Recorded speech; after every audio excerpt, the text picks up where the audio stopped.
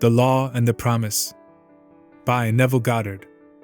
And now go, write it before them on a tablet, and inscribe it in a book, that it may be for the time to come as a witness forever. Isaiah 30 verse 8. I want to express my sincere appreciation to the hundreds of men and women who have written me, telling me of their use of imagination to create a greater good for others as well as for themselves, that we may be mutually encouraged by each other's faith. A faith which was loyal to the unseen reality of their imaginal acts.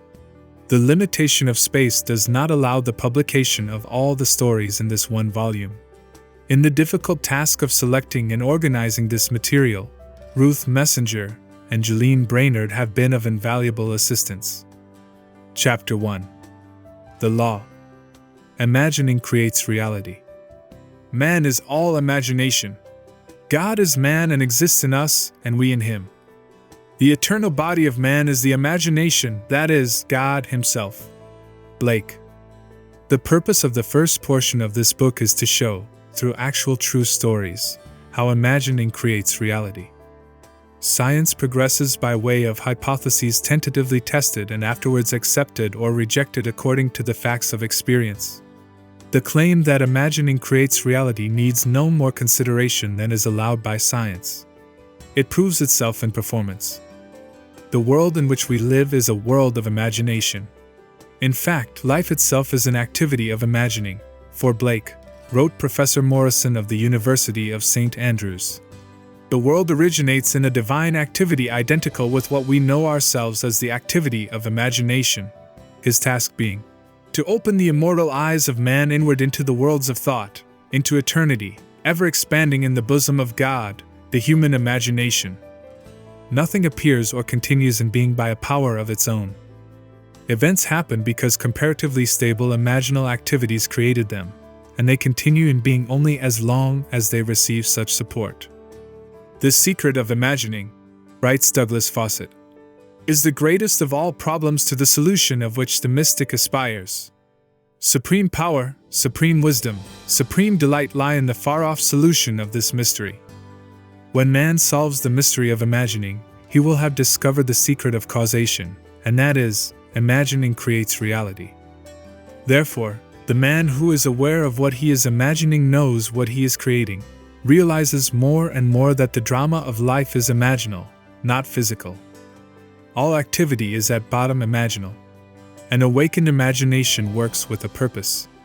It creates and conserves the desirable, and transforms or destroys the undesirable. Divine imagining and human imagining are not two powers at all, rather one. The valid distinction which exists between the seeming two lies not in the substance with which they operate but in the degree of intensity of the operant power itself. Acting at high tension, an imaginal act is an immediate objective fact. Keyed low, an imaginal act is realized in a time process. But whether imagination is keyed high or low, it is the ultimate, essentially non-objective reality from which objects are poured forth like sudden fancies. Hermann Kaiserling, Count. The Travel Diary of a Philosopher. No object is independent of imagining on some level or levels. Everything in the world owes its character to imagination on one of its various levels. Objective reality, writes Fichte, is solely produced through imagination. Objects seem so independent of our perception of them that we incline to forget that they owe their origin to imagination. The world in which we live is a world of imagination, and man, through his imaginal activities, creates the realities and the circumstances of life. This he does either knowingly or unknowingly. Men pay too little attention to this priceless gift, the human imagination, and a gift is practically non-existent unless there is a conscious possession of it and a readiness to use it. All men possess the power to create reality, but this power sleeps as though dead, when not consciously exercised. Men live in the very heart of creation, the human imagination, yet are no wiser for what takes place therein. The future will not be fundamentally different from the imaginal activities of man. Therefore, the individual who can summon at will whatever imaginal activity he pleases and to whom the visions of his imagination are as real as the forms of nature, is master of his fate. The future is the imaginal activity of man in its creative march. Imagining is the creative power not only of the poet, the artist, the actor and orator, but of the scientist, the inventor, the merchant, and the artisan. Its abuse in unrestrained, unlovely image-making is obvious, but its abuse in undue repression breeds a sterility which robs man of actual wealth of experience. Imagining novel solutions to ever more complex problems is far more noble than to run from problems. Life is the continual solution of a continuously synthetic problem. Imagining creates events. The world, created out of men's imagining, comprises unnumbered warring beliefs. Therefore, there can never be a perfectly stable or static state. Today's events are bound to disturb yesterday's established order. Imaginative men and women invariably unsettle a pre-existing peace of mind. Do not bow before the dictate of facts and accept life on the basis of the world without. Assert the supremacy of your imaginal acts over facts, and put all things in subjection to them. Hold fast to your ideal in your imagination. Nothing can take it from you but your failure to persist in imagining the ideal realized. Imagine only such states that are of value or promise well. To attempt to change circumstances before you change your imaginal activity is to struggle against the very nature of things. There can be no outer change until there is first an imaginal change. Everything you do, unaccompanied by an imaginal change, is but futile readjustment of surfaces. Imagining the wish fulfilled brings about a union with that state, and during that union you behave in keeping with your imaginal change. This shows you that an imaginal change will result in a change of behavior. However, your ordinary imaginal alterations as you pass from one state to another are not transformations because each of them is so rapidly succeeded by another in the reverse direction. But whenever one state grows so stable as to become your constant mood, your habitual attitude, then that habitual state defines your character and is a true transformation. How do you do it? Self-abandonment. That is the secret. You must abandon yourself mentally to your wish fulfilled in your love for that state, and in so doing, live in the new state and no more in the old state. You can't commit yourself to what you do not love, so the secret of self-commission is faith, plus love. Faith is believing what is unbelievable. Commit yourself to the feeling of the wish fulfilled, in faith that this act of self-commission will become a reality. And it must become a reality because imagining creates reality. Imagination is both conservative and transformative. It is conservative when it builds its world from images supplied by memory and the evidence of the senses. It is creatively transformative when it imagines things as they ought to be, building its world out of the generous dreams of fancy. In the procession of images, the ones that take precedence, naturally, are those of the senses. Nevertheless, a present sense impression is only an image. It does not differ in nature from a memory image or the image of a wish. What makes a present sense impression so objectively real is the individual's imagination functioning in it and thinking from it, whereas, in a memory image or a wish, the individual's imagination is not functioning in it and thinking from it, but is functioning out of it and thinking of it. If you would enter into the image in your imagination, then would you know what it is to be creatively transformative. Then would you realize your wish, and then you would be happy. Every image can be embodied. But unless you yourself enter the image and think from it, it is incapable of birth. Therefore, it is the height of folly to expect the wish to be realized by the mere passage of time. That which requires imaginative occupancy to produce its effect obviously cannot be effected without such occupancy. You cannot be in one image and not suffer the consequences of not being in another. Imagination is spiritual sensation. Enter the image of the wish fulfilled, then give it sensory vividness and tones of reality by mentally acting as you would act were it a physical fact. Now, this is what I mean by spiritual sensation. Imagine that you are holding a rose in your hand. Smell it. Do you detect the odor of roses? Well, if the rose is not there, why is its fragrance in the air? Through spiritual sensation, that is, through imaginal sight, sound, scent, taste, and touch, you can give to the image sensory vividness. If you do this, all things will conspire to aid your harvesting, and upon reflection you will see how subtle were the threads that led to your goal. You could never have devised the means which your imaginal activity employed to fulfill itself. If you long to escape from your present sense fixation, To transform your present life into a dream of what might well be, you need but imagine that you are already what you want to be and to feel the way you would expect to feel under such circumstances. Like the make-believe of a child who is remaking the world after its own heart, create your world out of pure dreams of fancy. Mentally enter into your dream. Mentally do what you would actually do, were it physically true. You will discover that dreams are realized not by the rich, but by the imaginative. Nothing stands between you and the fulfillment of your dreams but facts, and facts are the creations of imagining. If you change your imagining, you will change the facts.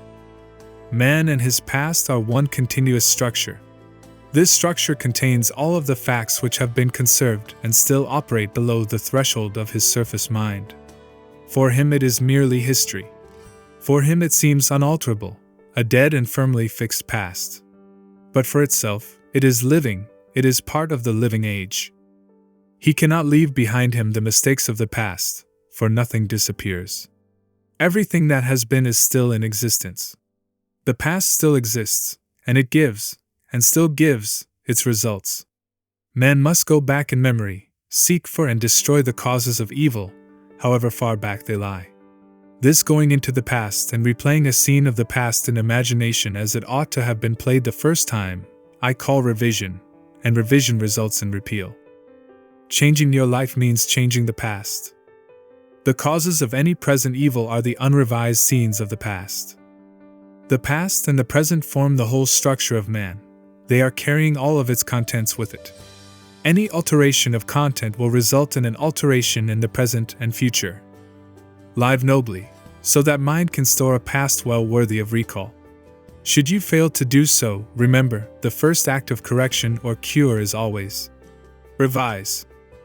If the past is recreated into the present, so will the revised past be recreated into the present, or else the claim, though your sins are like scarlet, they shall be as white as snow, Isaiah 1 verse 18, is a lie. And it is no lie.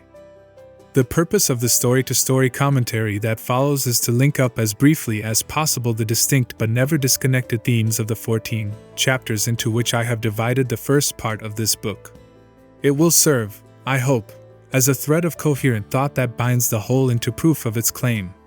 Imagining creates reality. To make such a claim is easily done. To prove it in the experience of others is far sterner. To stir you to use the law constructively in your own life. That is the aim of this book. Chapter 2. Dwell therein. My God, I heard this day, that none doth build a stately habitation, but he that means to dwell therein. What house more stately hath there been, or can be, than is man, to whose creation all things are in decay? George Herbert. I wish it were true of man's noble dreams, but unfortunately, perpetual construction, deferred occupancy, is the common fault of man. Why build a stately habitation, unless you intend to dwell therein? Why build a dream house and not dwell therein? This is the secret of those who lie in bed awake while they dream things true. They know how to live in their dream until, in fact, they do just that. Man, through the medium of a controlled, waking dream, can predetermine his future. That imaginal activity, of living in the feeling of the wish fulfilled, leads man across a bridge of incident to the fulfillment of the dream. If we live in the dream, thinking from it, and not of it, then the creative power of imagining will answer our adventurous fancy, and the wish fulfilled will break in upon us and take us unawares. Man is all imagination, therefore, man must be where he is in imagination, for his imagination is himself. To realize that imagination is not something tied to the senses or enclosed within the spatial boundary of the body is most important. Although man moves about in space by movement of his physical body, he need not be so restricted. He can move by a change in what he is aware of. However real the scene on which sight rests, man can gaze on one never before witnessed. He can always remove the mountain if it upsets his concept of what life ought to be. This ability to mentally move from things as they are to things as they ought to be is one of the most important discoveries that man can make. It reveals man as a center of imagining with powers of intervention which enable him to alter the course of observed events, moving from success to success through a series of mental transformations of nature, of others, and himself. For many years a doctor and his wife dreamed about their stately habitation, but not until they imaginatively lived in it did they manifest it. Here is their story. Some 15 years ago, Mrs. M. and I purchased a lot on which we built a 2-story building housing our office and living area. We left ample space on the lot for an apartment building, if and when our finances would permit. All those years we were busy paying off our mortgage, and at the end of that time had no money for the additional building we still desired so much. It was true that we had an ample savings account which meant security for our business, but to use any part of it for a new building would be to jeopardize that security. But now your teaching awakened a new concept, boldly telling us we could have what we most desired through the controlled use of our imagination, and that realizing a desire was made more convincing without money. We decided to put it to a test to forget about money and concentrate our attention on the thing we desired most in this world, the new apartment building. With this principle in mind, we mentally constructed the new building as we wanted it, actually drawing physical plans so we could better formulate our mental picture of the completed structure. Never forgetting to think from the end, in our case, the completed occupied building, we took many imaginative trips through our apartment house, renting the units to imaginary tenants, examining in detail every room and enjoying the feeling of pride as friends offered congratulations on the unique planning. We brought into our imaginal scene one friend in particular. I shall call her Mrs. X, a lady we had not seen for some time as she had given us up socially, believing us a bit peculiar in our new way of thinking. In our imaginal scene, we took her through the building and asked how she liked it. Hearing her voice distinctly, we had her reply, "Doctor, I think it is beautiful." One day, while talking together of our building, my wife mentioned a contractor who had constructed several apartment houses in our neighborhood. We knew of him only by the name that appeared on signs adjacent to buildings under construction. But realizing that if we were living in the end, we would not be looking for a contractor, we promptly forgot this angle. Continuing these periods of daily imagining for several weeks, we both felt we were now fused with our desire and had successfully been living in the end. One day a stranger entered our office and identified himself as the contractor whose name my wife had mentioned weeks before. In an apologetic manner he said, "I don't know why I stopped here. I normally don't go to see people, but rather, people come to see me." He explained that he passed our office often and had wondered why there wasn't an apartment building on the corner lot. We assured him we would like very much to have such a building there, but that we had no money to put into the project. Not even the few $100s it would take for plans. Our negative response did not faze him, and seemingly compelled, he began to figure and devise ways and means to carry out the job, unasked and unencouraged by us. Forgetting the incident, we were quite startled when a few days later this man called, informing us that plans were completed and that the proposed building would cost us $30,000. We thanked him politely and did absolutely nothing. We knew we had been living imaginatively in the end of a completed building, and that imagination would assemble that building perfectly without any outside assistance from us. So, we were not surprised when the contractor called again the next day to say he had found a set of blueprints in his files that fitted our needs perfectly with few alterations. This, we were informed, would save us the architect's fee for new plans. We thanked him again and still did nothing. Logical thinkers would insist that such negative response from prospective customers would completely end the matter. Instead, 2 days later, the contractor again called with the news that he had located a finance company willing to cover the necessary loan with the exception of a few $1,000s.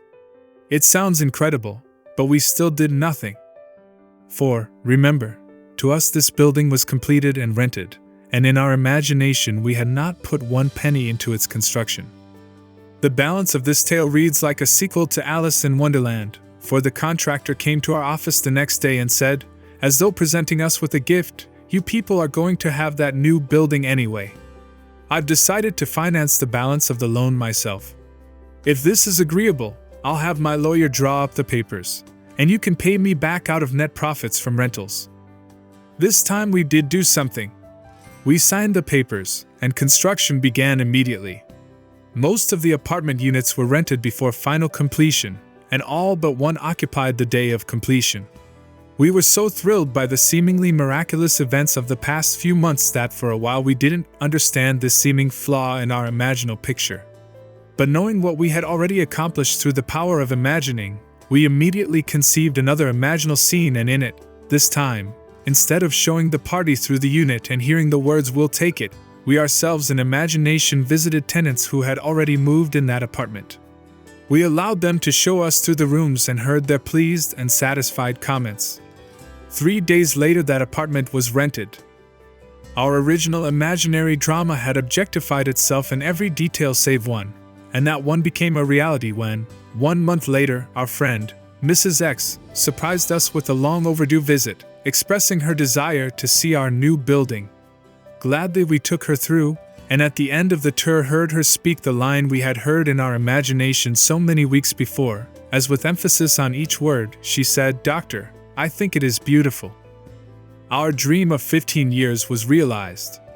And we know now that it could have been realized any time within those 15 years if we had known the secret of imagining and how to live in the end of desire. But now it was realized, our one big desire was objectified. And we did not put 1 penny of our own money into it. Dr. M. Through the medium of a dream, a controlled, waking dream, the doctor and his wife created reality. They learned how to live in their dream house as, in fact, now they do. Although help seemingly came from without, the course of events was ultimately determined by the imaginal activity of the doctor and his wife. The participants were drawn into their imaginal drama because it was dramatically necessary that they should be.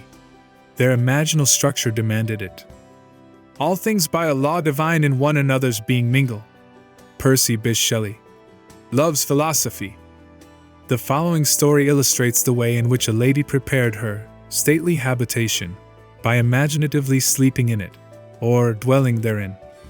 A few months ago, my husband decided to place our home on the market. The main object for the move, which we had discussed many times, was to find a home large enough for the 2 of us, my mother and my aunt, in addition to 10 cats, 3 dogs, and 1 parakeet. Believe it or not, the contemplated move was my husband's idea, as he loved my mother and aunt and said I was at their house most of the time anyway, so why not live together and pay 1 tax bill? I liked the idea tremendously, but I knew that this new home would have to be something very special in size, location, and arrangement, as I insisted on privacy for all concerned. So at the moment I was undecided whether to sell our present home or not, but I didn't argue, as I knew quite well from past experience with imagining that our house would never sell until I stopped sleeping in it. 2 months and 4 or 5 real estate brokers later, my husband had given up on the sale of our house, and so had the brokers. At this point, I had convinced myself I now wanted the change, so for 4 nights, in my imagination, I went to sleep in the kind of home I would like to own. On the 5th day, my husband had an appointment at a friend's home, and while there, met a stranger who just happened to be looking for a house in the hills. He was, of course, brought swiftly back to see our house, which he walked through once and said, "I'll buy it." This didn't make us very popular with the brokers, but that was all right with me, as I was happy to keep the broker's commission in the family. We moved within 10 days and stayed with my mother while looking for our new home. We listed our requirements with every agent on the Sunset Strip only, because I wouldn't move out of the area, and each one of them without exception informed us we were both mad. It was entirely impossible, they said, to find an older home of English style with 2 separate living rooms, separate apartments, a library, and built on a flat knoll with enough ground space to fence for large dogs, and located in one particular area. When we told them the price we would pay for this house, they just looked sad. I said that wasn't all we wanted. We wanted wood paneling all through the house, a huge fireplace, a magnificent view and seclusion, no close neighbors, please. At this point the lady agent would giggle and remind me that there was no such house, but if there were, they would realize 5 times what we were willing to pay. But I knew there was such a house, because my imagination had been sleeping in it, and if I am my imagination, then I had been sleeping in it.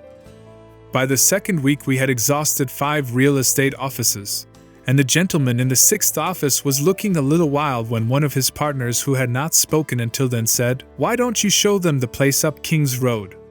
A third partner in the office laughed sourly and said, "That property isn't even listed. And besides, the old lady would throw you off the property. She's got 2 acres up there, and you know she wouldn't split." Well, I didn't know what she wouldn't split, but my interest had been aroused by the street name, for I liked that particular area best of all.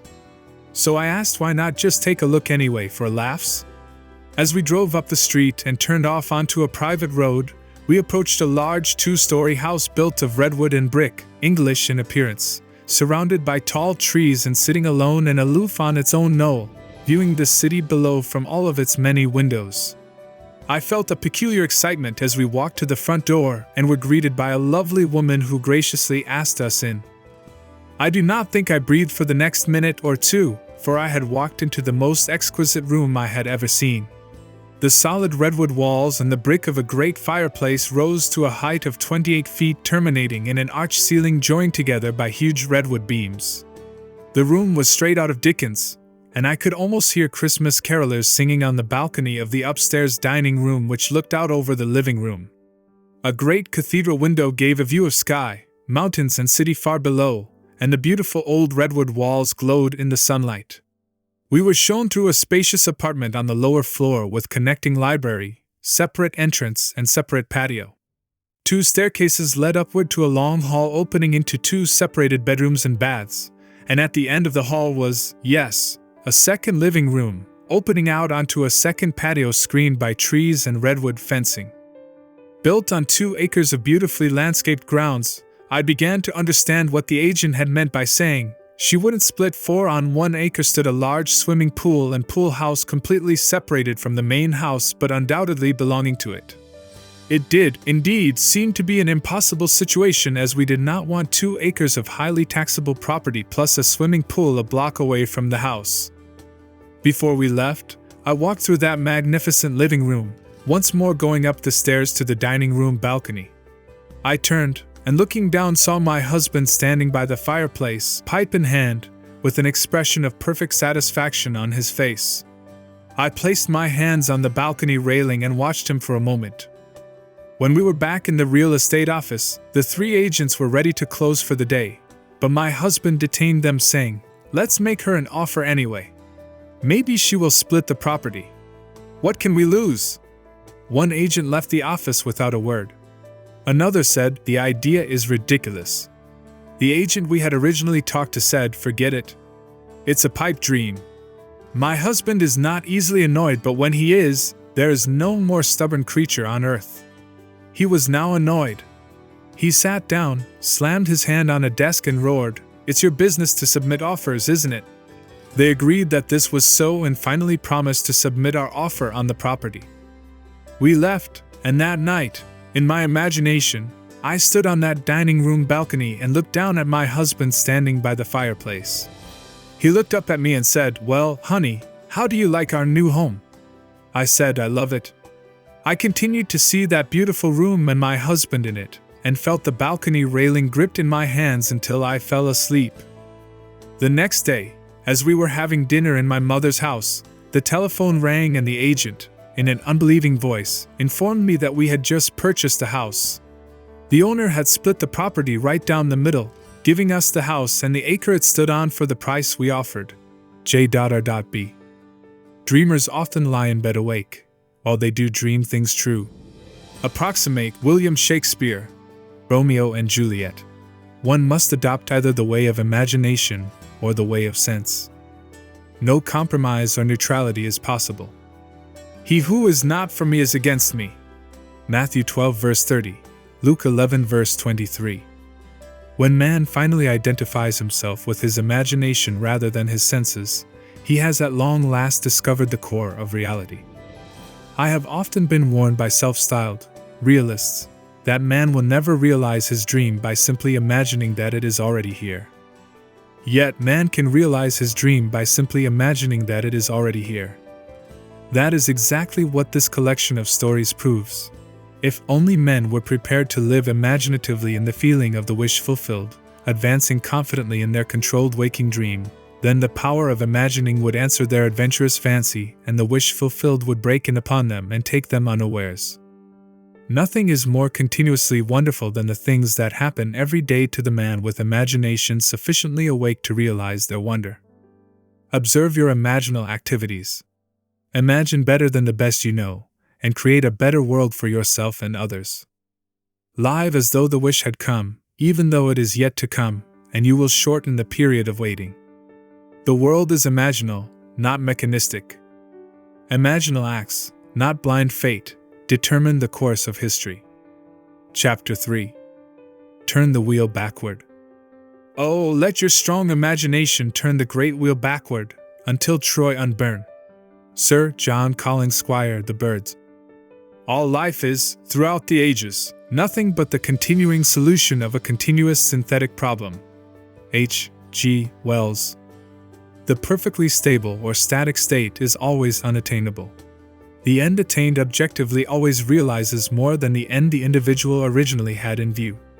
This, in turn, creates a new situation of inner conflict, needing novel solutions to force man along the path of creative evolution. His touch is infinite and lends a yonder to all ends. George Meredith. Hymn to Color. Today's events are bound to disturb yesterday's established order. The creatively active imagination invariably unsettles a pre-existing peace of mind. The question may arise as to how, by representing others to ourselves as better than they really were, or mentally rewriting a letter to make it conform to our wish, or by revising the scene of an accident, the interview with the employer, and so on, could change what seems to be the unalterable facts of the past. But remember my claims for imagining. Imagining creates reality. What it makes, it can unmake. It is not only conservative, building a life from images supplied by memory, it is also creatively transformative, altering a theme already in being. The parable of the unjust steward, Luke 16 verses 1-8, gives the answer to this question. We can alter our world by means of a certain, illegal, imaginal practice, by means of a mental falsification of the facts, that is, by means of a certain intentional imaginal alteration of that which we have experienced. All this is done in one's own imagination. This is a form of falsehood which not only is not condemned, but is actually approved in the gospel teaching. By means of such a falsehood, a man destroys the causes of evil and acquires friends, and on the strength of this revision proves, judging by the high praise the unjust steward received from his master, that he is deserving of confidence. Because imagining creates reality, we can carry revision to the extreme and revise a scene that would be otherwise unforgivable. We learn to distinguish between man, who is all imagination, and those states into which he may enter. An unjust steward, looking at another's distress, will represent the other to himself as he ought to be seen. Were he, himself, in need, he would enter his dream in his imagination and imagine what he would see and how things would seem and how people would act, after these things should be. Then, in this state he would fall asleep, feeling the way he would expect to feel under such circumstances. Would that all the Lord's people were unjust stewards, mentally falsifying the facts of life to deliver individuals forevermore. For the imaginal change goes forward, until at length the altered pattern is realized on the heights of attainment. Our future is our imaginal activity in its creative march. Imagine better than the best you know. To revise the past is to reconstruct it with new content. Man should daily relive the day as he wished he had lived it, revising the scenes to make them conform to his ideals. For instance, suppose today's mail brought disappointing news. Revise the letter. Mentally rewrite it and make it conform to the news you wish you had received. Then, in imagination, read the revised letter over and over again, and this will arouse the feeling of naturalness. And imaginal acts become facts as soon as we feel natural in the act. This is the essence of revision, and revision results in repeal. This is exactly what FB did.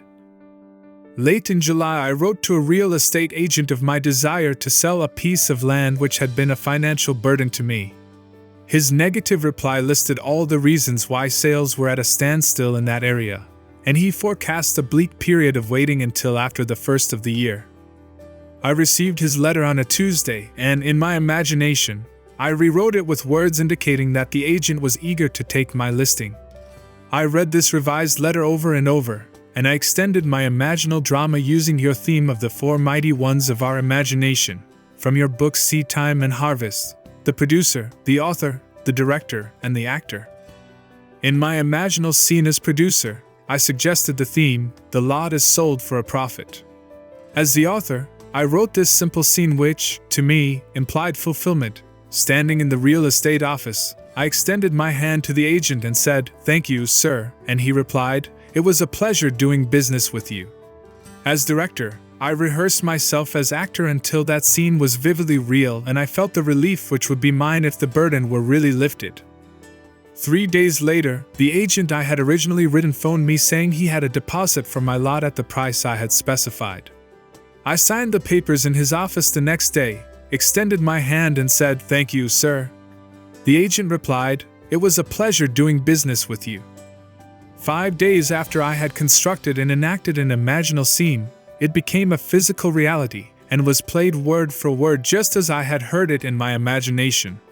The feeling of relief and joy came, not so much from selling the property, but from the incontrovertible proof that my imagined drama worked. F.B. If the thing accomplished were all, how futile. But F.B. discovered a power within himself that can consciously create circumstances. By mentally falsifying the facts of life, man moves from passive reaction to active creation. This breaks the wheel of recurrence and builds a cumulatively enlarging future. If man does not always create in the full sense of the word, it is because he is not faithful to his vision, or else he thinks of what he wants rather than from his wish fulfilled. Man is such an extraordinary synthesis, partly tied by his senses, and partly free to dream that his internal conflicts are perennial. The state of conflict in the individual is expressed in society.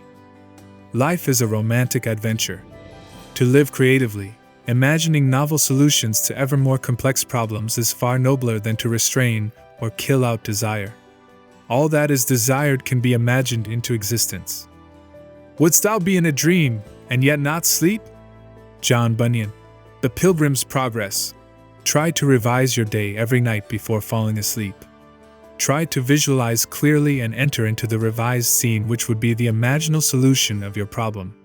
The revised imaginal structure may have a great influence on others, but that is not your concern. The other, influenced in the following story, is profoundly grateful for that influence. Elsie writes, "Last August, while on a blind date, I met the man I wanted to marry. This happens sometimes, and it happened to me. He was everything I had ever thought of as desirable in a husband. 2 days after this enchanted evening, it was necessary for me to change my place of residence because of my work, and that same week the mutual friend who had introduced me to this man moved away from the city. I realized that the man I had met probably did not know of my new address, and frankly, I was not sure he knew my name. After your last lecture, I spoke to you of this situation. Although I had plenty of other dates, I could not forget this one man. Your lecture was based on revising our day, and after speaking to you, I determined to revise my day every day.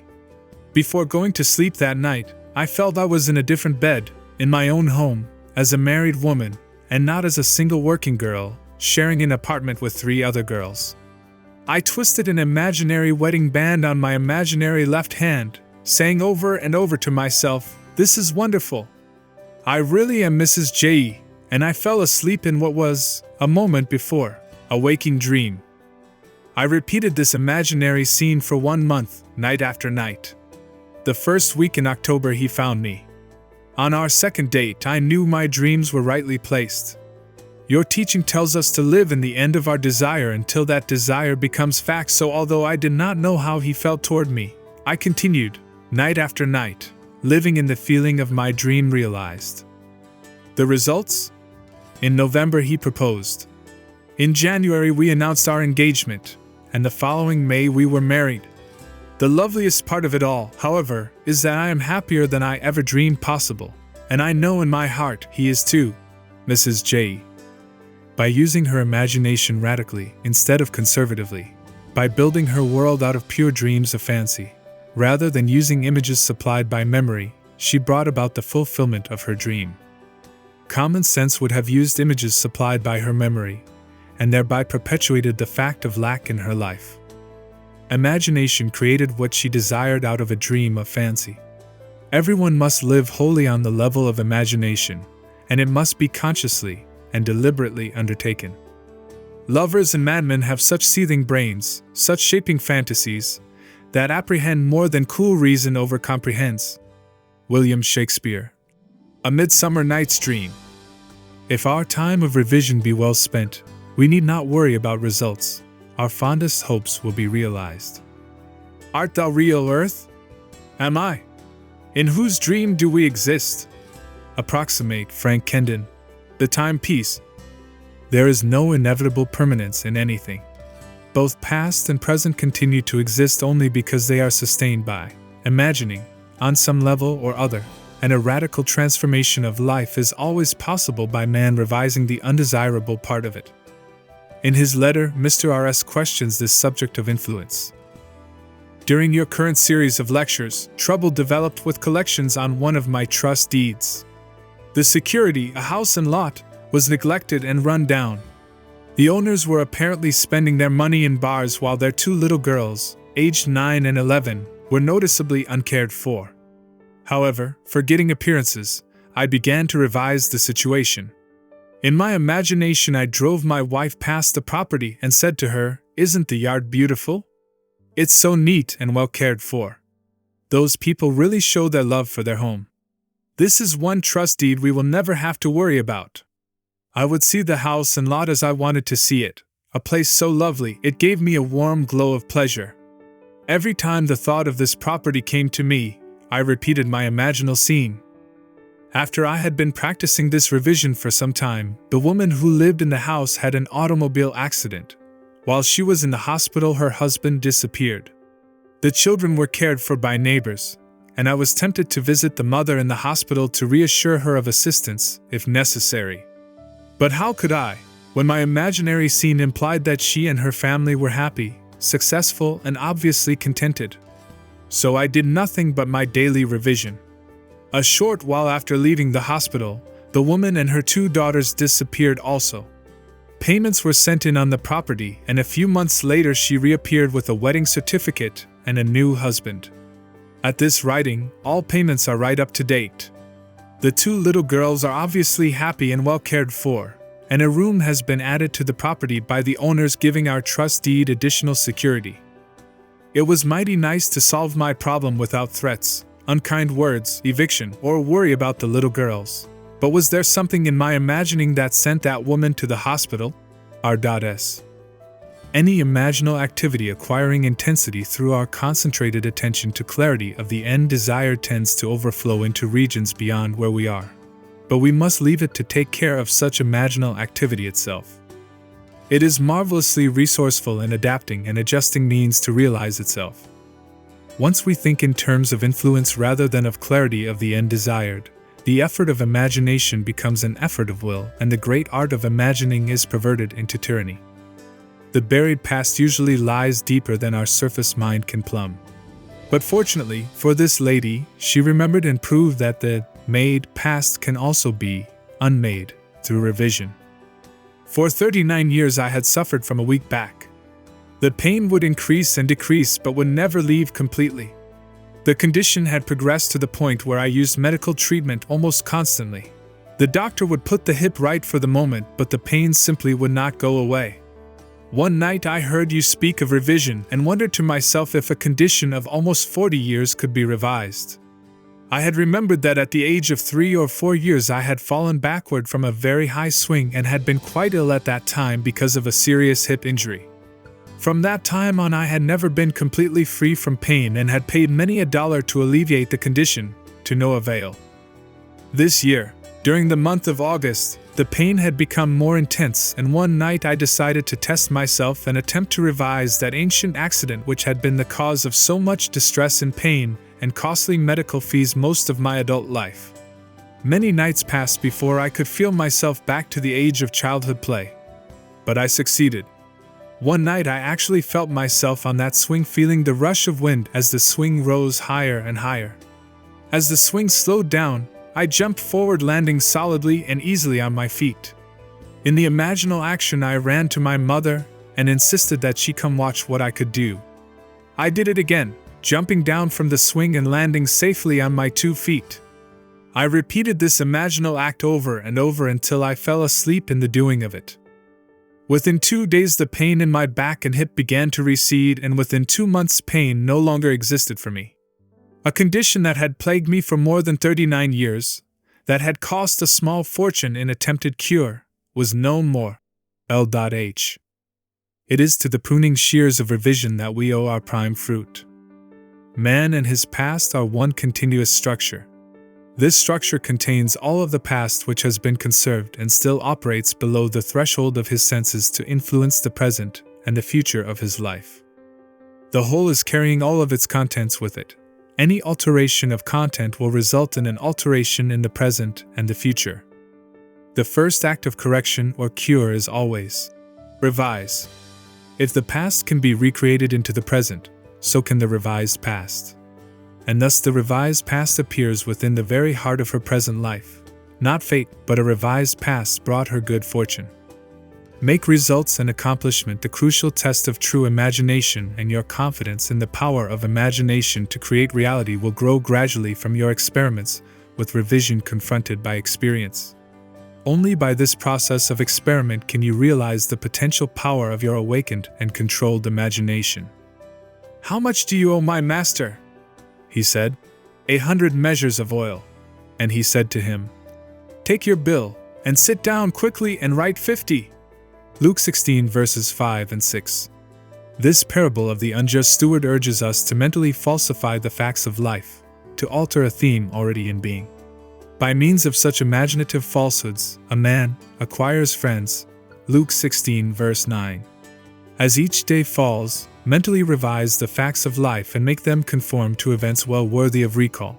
Tomorrow will take up the altered pattern and go forward until at length it is realized on the heights of attainment. The reader will find it worthwhile to follow these clues, imaginal construction of scenes implying the wish fulfilled, and imaginative participation in these scenes until tones of reality are reached. We are dealing with the secret of imagining, in which man is seen awakening into a world completely subject to his imaginative power. Man can understand recurrence of events well enough, the building of a world from images supplied by memory, things remaining as they are. This gives him a sense of security in the stability of things. However, the presence within him of a power which awakens and becomes what it wills, radically changing its form, its environment, and the circumstances of life, inspires in him a feeling of insecurity, a dreadful fear of the future. Now, it is high time to awake out of sleep. Romans 13 verse 11, and put an end to all the unlovely creations of sleeping man. Revise each day. Let your strong imagination turn the great wheel backward until Troy unburn. Sir John Collins Squire, The Birds. Chapter 4. There is no fiction. The distinction between what is real and what is imaginary is not one that can be finally maintained. All existing things are, in an intelligible sense, imaginary. John S. Mackenzie. There is no fiction. If an imaginal activity can produce a physical effect, our physical world must be essentially imaginal. To prove this would require merely that we observe our imaginal activities and watch to see whether or not they produce corresponding external effects. If they do, then we must conclude that there is no fiction. Today's imaginal drama, fiction, becomes tomorrow's fact. If we had this wider view of causation, that causation is mental, not physical, that our mental states are causative of physical effects, then we would realize our responsibility as a creator and imagine only the best imaginable. Fable enacted as a sort of stage play in the mind is what causes the physical facts of life. Man believes that reality resides in the solid objects he sees around him, that it is in this world that the drama of life originates, that events spring suddenly into existence, created moment by moment out of antecedent physical facts. But causation does not lie in the external world of facts. The drama of life originates in the imagination of man. The real act of becoming takes place within man's imagination and not without. The following stories could define causation as the assemblage of mental states, which occurring, creates that which the assemblage implies. The foreword from Walter Lords, A Night to Remember, illustrates my claim. Imagining creates reality. In 1898, a struggling author named Morgan Robertson concocted a novel about a fabulous Atlantic liner, far larger than any that had ever been built. Robertson loaded his ship with rich and complacent people and then wrecked it one cold April night on an iceberg. This somehow showed the futility of everything, and in fact, the book was called Futility when it appeared that year, published by the firm of M.F. Mansfield. 14 years later, a British shipping company, named the White Star Line, built a steamer remarkably like the one in Robertson's novel. The new liner was 66,000 tons displacement. Robertson's was 70,000 tons. The real ship was 882.5 feet long. The fictional one was 800 feet. Both could carry about 3,000 people, and both had enough lifeboats for only a fraction of this number. But then this didn't seem to matter because both were labeled unshakable.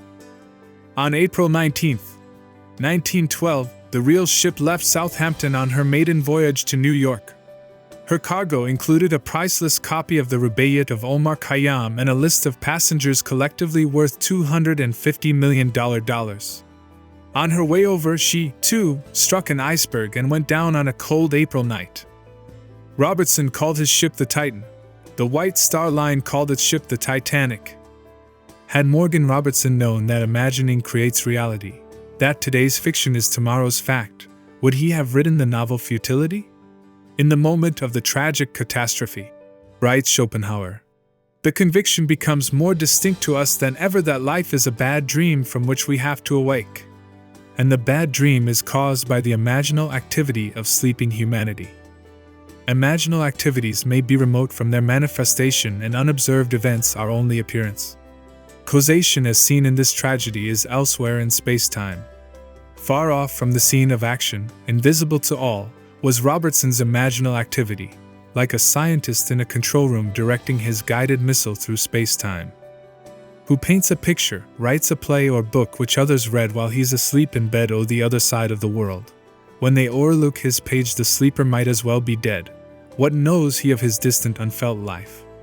What knows he of the thoughts his thoughts are raising, the life his life is giving, or the strife concerning him, some cavilling, some praising?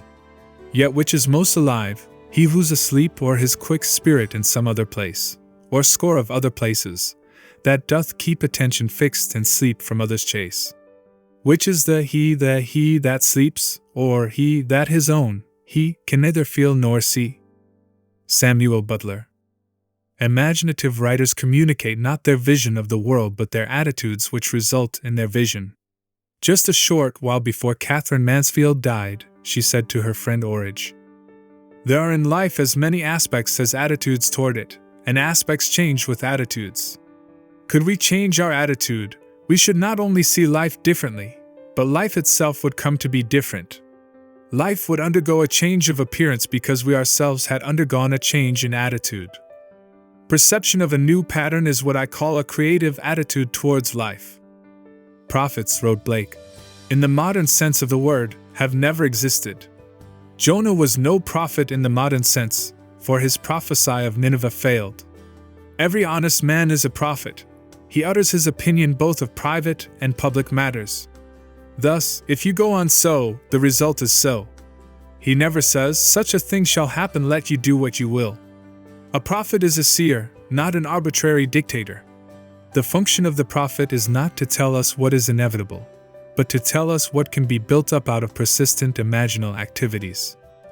The future is determined by the imaginal activities of humanity, activities in their creative march, activities which can be seen in your dreams and the visions of your head as you lay in bed. Daniel 2 verse 28. Would that all the Lord's people were prophets. Numbers 11:29. In the true sense of the word, like this dancer who now, from the summit of his realized ideal, sights yet higher peaks that are to be scaled.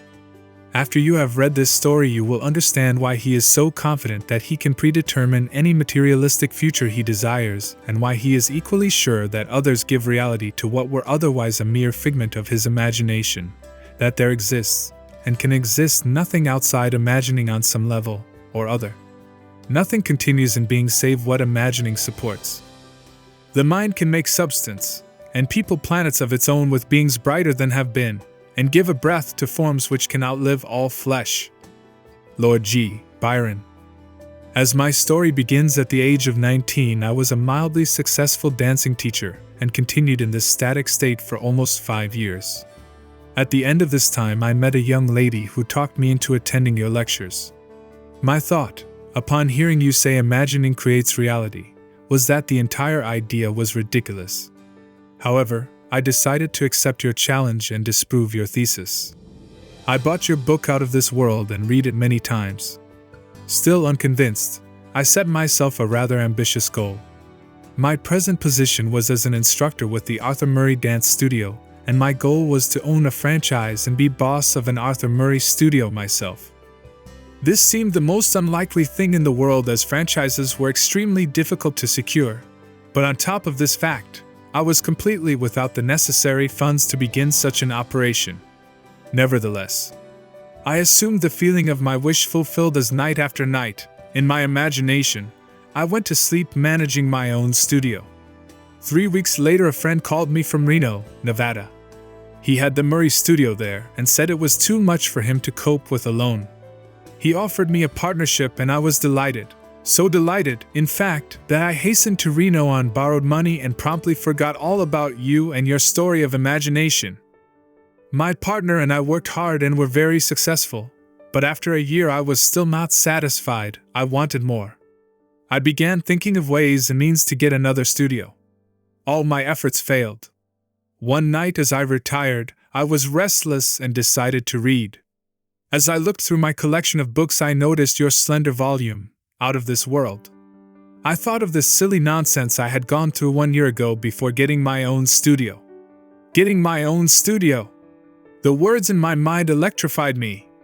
I reread the book that night, and later, in my imagination, I heard my superior praise the good job we had done in Reno and suggest we acquire a second studio, as he had a second location ready for us if we desired to expand. I reenacted this imaginal scene nightly without fail. 3 weeks from the first night of my imaginal drama, it materialized, almost word for word. My partner accepted the new studio in Bakersfield, and I had the Reno studio alone. Now I was convinced of the truth of your teaching, and never again will I forget. Now I wanted to share this wonderful knowledge of imaginal power with my staff. I tried to tell them of the marvels they could accomplish, but I was unable to reach many, although one fantastic incident resulted from my efforts to tell this story. A young teacher told me he believed my story but said it would have probably happened anyway in time. He insisted the entire theory was nonsense, but stated that if I could tell him something of an incredible nature that would actually happen and which he could witness, then he would believe. I accepted his challenge and conceived a truly fantastic test. The Reno studio is the most insignificant in the entire Murray system because of the small population count in the city itself. There are over 300 Murray studios in the country with much larger populations, therefore providing greater possibilities to draw from. So, my test was this. I told the teacher that within the next 3 months, at the time of a national dance convention, the Little Reno studio would be the foremost topic of conversation at that convention. He calmly stated this was quite impossible. That night when I retired, I felt myself standing before a tremendous audience. I was speaking on creative imagining and felt the nervousness of being before such a vast audience. But I also felt the wonderful sensation of audience acceptance. I heard the roar of applause, and as I left the stage, I saw Mr. Murray himself come forward and shake my hand. I reenacted this entire drama night after night. It began to take on the tones of reality, and I knew I had done it again. My imaginal drama materialized down to the last detail. My Little Reno studio was the talk of the convention, and I did appear on that stage just as I had done in my imagination. But even after this unbelievable but actual happening, the young teacher who threw me the challenge remained unconvinced. He said it had all happened too naturally, and he was sure it would have happened anyway. I did not mind his attitude because his challenge had given me another opportunity to prove, at least to myself, that imagining does create reality. From that time on, I continued with my ambition to own the largest Arthur Murray dance studio in the world. Night after night, in my imagination, I heard myself accepting a studio franchise for a great city. Within 3 weeks, Mr. Murray called me and offered a studio in a city of 1.5 million people. It is now my goal to make my studio the greatest and biggest in the entire system. And of course, I know it will be done through my imagination. E.O.L. Jr. Imagining, writes Douglas Fawcett, may be hard to grasp. Being quicksilver-like, it vanishes into each of its metamorphoses and thereby displays its transformative magic. We must look beyond the physical fact for the imagining which has caused it.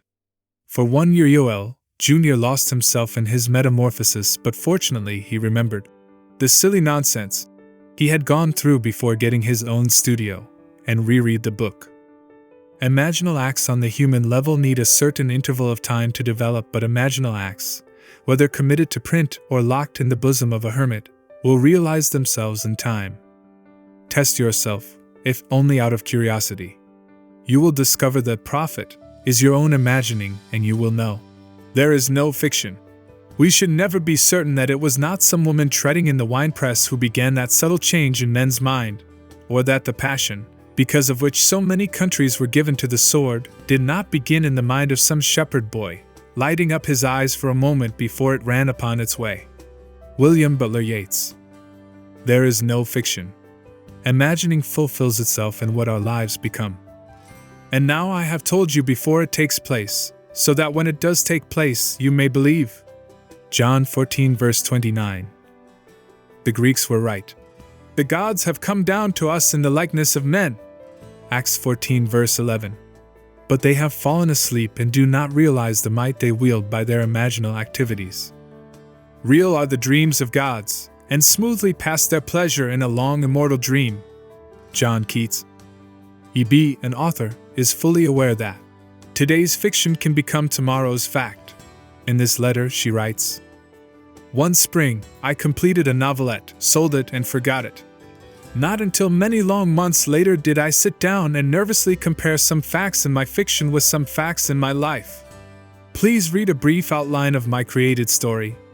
Then compare it with my personal experience. The heroine of my story took a vacation trip to Vermont, to the small city of Stowe, Vermont, to be exact. When she reached her destination, she was faced with such unpleasant behavior on the part of her companion that she either had to continue her lifetime pattern of allowing another selfish demand dominate her or to break that pattern and leave. She broke it and returned to New York. When she returned, and the story continues, events took shape in a proposal of marriage which she happily accepted. For my part of this tale, as small events evolved, I began to remember the dictates of my own pen and insignificant relationship. This is what happened to me. I received an invitation from a friend offering me a vacation at her summer place in Vermont. I accepted and was not startled, at first, when I learned her summer place was in the city of Stowe. When I arrived, I found my hostess in such a highly nervous state I realized I was faced with either a wretched summer or the choice of walking out on her. Never before in my life had I been strong enough to ignore what I thought were the claims of duty and friendship. But this time I did, and without ceremony returned to New York. A few days after I returned to my home, I, too, received a proposal of marriage. But at this point fact and fiction parted. I refused the offer. I know, Neville, there is no such thing as fiction. E.B. Forgetful is green earth, the gods alone remember everlastingly. By their great memories the gods are known. George Meredith. Ballads and Poems of Tragic Life. Ends run true to their imaginal origins, we reap the fruit of forgotten blossom time. In life the events do not come up always where we have strewn the seed, so that we may not recognize our own harvest. Events are the emergence of a hidden imaginal activity. Man is free to imagine whatever he desires. This is why, despite all fatalists and misguided prophets of doom, all awakened men know that they are free. They know that they are creating reality. Is there a scriptural passage to support this claim? Yes. And it came to pass, as he interpreted to us, so it was. Genesis 41 verse 13. W. B. Yeats must have discovered that there is no fiction, for after describing some of his experiences in the conscious use of imagination, he writes, "If all who have described events like this have not dreamed, we should rewrite our histories, for all men, certainly all imaginative men, must be forever casting forth enchantments, glamours, illusions, and all men, especially tranquil men, who have no powerful egotistic life must be continually passing under their power. Our most elaborate thoughts, elaborate purposes, precise emotions, are often, as I think, not really ours, but have on a sudden come up, as it were, out of hell or down out of heaven. Ideas of good and evil, there is no fiction. Imagine better than the best you know." Chapter 5. Subtle Threads. "All you behold, though it appears without, it is within, in your imagination, of which this world of mortality is but a shadow." Blake. Nothing appears or continues in being by a power of its own. Events happen because comparatively stable imaginal activities created them, and they continue in being by virtue of the support they receive from such imaginal activities. The part which imagining the wish fulfilled plays in consciously creating circumstances is obvious in this series of stories. You will see how the telling of one story of the successful use of imagination can serve as a spur and a challenge to others to try it and see. One night a gentleman rose in my audience. He said that he had no question to ask but would like to tell me something. This was his story. When he came out of the armed forces after World War II, he got a job that gave him take-home pay of $25 a week. After 10 years he was making $600 a month. At that time he bought my book, Awakened Imagination, and read the chapter, The Pruning Shears of Revision. Through the daily practice of revision, as set forth there, he was able to tell my audience 2 years later that his income was equal to that of the President of the United States. In my audience sat a man who, by his confession, was broke. He had read the same book, but he suddenly realized he had done nothing with the use of his imagination to solve his financial problem. He decided he would try to imagine himself as the winner of the 5 to 10 pool at Caliente racetrack. In his words, "In this pool, one attempts to pick winners in the 5th through the 10th races. So this is what I did. In my imagination I stood, sorting my tickets and feeling as I did so, that I had each of the 6 winners. I enacted this scene over and over in my imagination, until I actually felt goose pimples. Then I saw the cashier giving me a large sum of money which I placed beneath my imaginary shirt. This was my entire imaginal drama, and for 3 weeks, night after night, I enacted this scene and fell asleep in the action. After 3 weeks I traveled physically to the Caliente racetrack, and on that day every detail of my imaginative play was actually realized. The only change in the scene was that the cashier gave me a check for a total of $84,000 instead of currency. T.K. After my lecture the night this story was told, a man in the audience asked me if I thought it possible for him to duplicate TK's experience. I told him he must decide the circumstances of his imaginal scene himself, but that whatever scene he chose, he must create a drama he could make natural to himself, and imagine the end intently with all the feeling he could muster. He must not labor for the means to the end but live imaginatively in the feeling of the wish fulfilled. 1 month later he showed me a check for $16,000 which he had won in another 5 to 10 pool at the same Caliente race track the previous day. This man had a sequel to his most interesting duplication of TK's good fortune. His first win took care of his immediate financial difficulties, although he wanted more money for future family security. Also, and more important to him, he wanted to prove that this had not been an accident. He reasoned that if his good luck could happen a second time in succession, the so-called law of percentages would give way to proof for him that his imaginal structures were actually producing this miraculous reality. And so he dared to put his imagination to a second test. He continues, "I wanted a sizable bank account, and this, to me, meant seeing a large balance on my bank statements. Therefore, in my imagination I enacted a scene which took me into 2 banks. In each bank I would see an appreciative smile meant for me from the bank manager as I walked into his establishment, and I would hear the teller's cordial greeting. I would ask to see my statement. In one bank I saw a balance of $10,000. In the other bank I saw a balance of $15,000. My imaginal scene did not end there. Immediately after seeing my bank balances, I would turn my attention to my horse racing system, which, through a progression of 10 steps, would bring my winnings to $11,533 with a starting capital of $200. I would divide the winnings into 12 piles on my desk. Counting the money in my imaginary hands, I would put $1,000 in each of 11 piles and the remaining $533 in the last pile. My imaginative accounting would amount to $36,533, including my bank balances. I enacted this entire imaginative scene each morning, afternoon, and night for less than 1 month, and on March 2nd, I went to the Caliente track again. I made out my tickets, but strangely enough, and not knowing why I did so, I duplicated 6 more tickets exactly like the 6 already made out, but in the 10th selection I made a mistake and copied 2 tickets twice. As the winners came in, I held 2 of them, each paying $16,423.50. I also had 6 consolation tickets, each paying $656.80. The combined total amounted to $36,788. My imaginary accounting 1 month before had totaled $36,533. 2 points of interest, most profound to me, were that by seeming accident I had marked 2 winning tickets identically, and also that at the end of the 9th race, which was one of the major winners, the trainer attempted to scratch the horse, but the stewards denied the trainer's request. A.J.F. How subtle were the threads that led to his goal. Results must testify to our imagining, or we really are not imagining the end at all. AJF faithfully imagined the end, and all things conspired to aid his harvesting.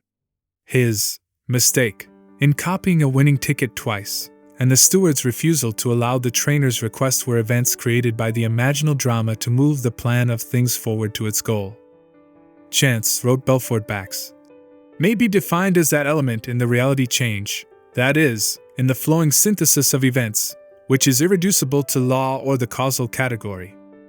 To live wisely, we must be aware of our imaginal activities, or, at any rate, of the end which they are tending. We must see to it that it is the end we desire. Wise imagining identifies itself only with such activities that are of value or promise well. However much man seems to be dealing with a material world, he is actually living in a world of imagination. When he discovers that it is not the physical world of facts but imaginal activities which shape his life, then the physical world will no longer be the reality, and the world of imagination no longer the dream.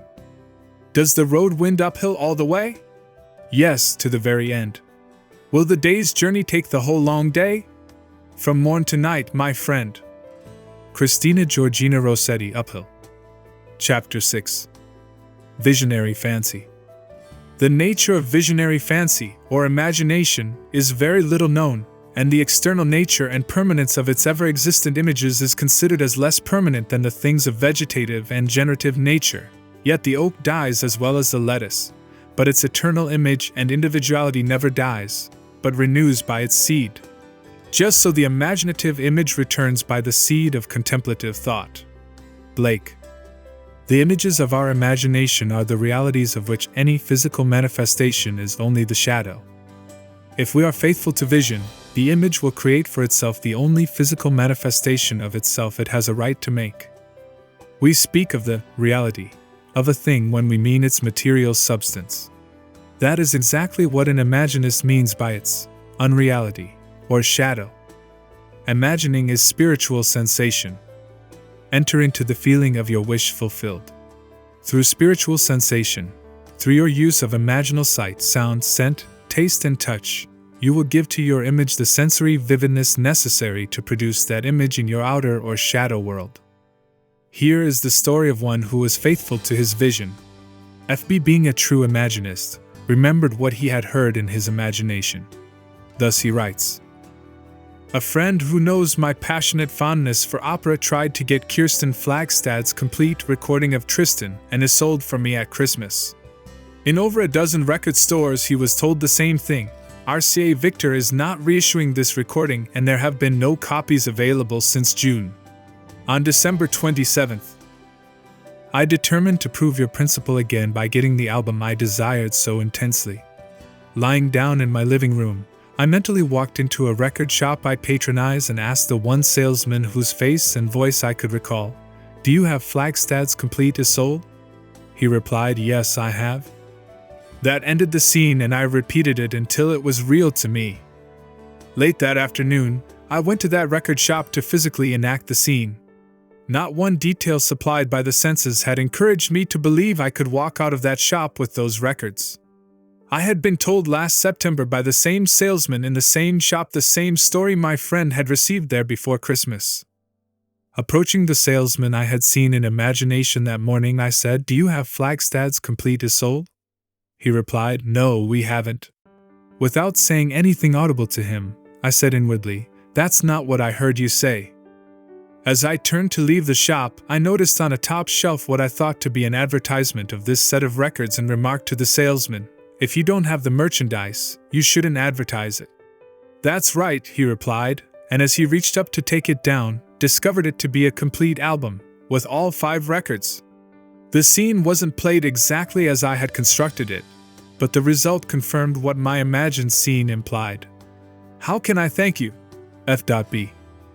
After reading FB's letter, we must agree with Anthony Eden that an assumption, though false, if persisted in, will harden into fact.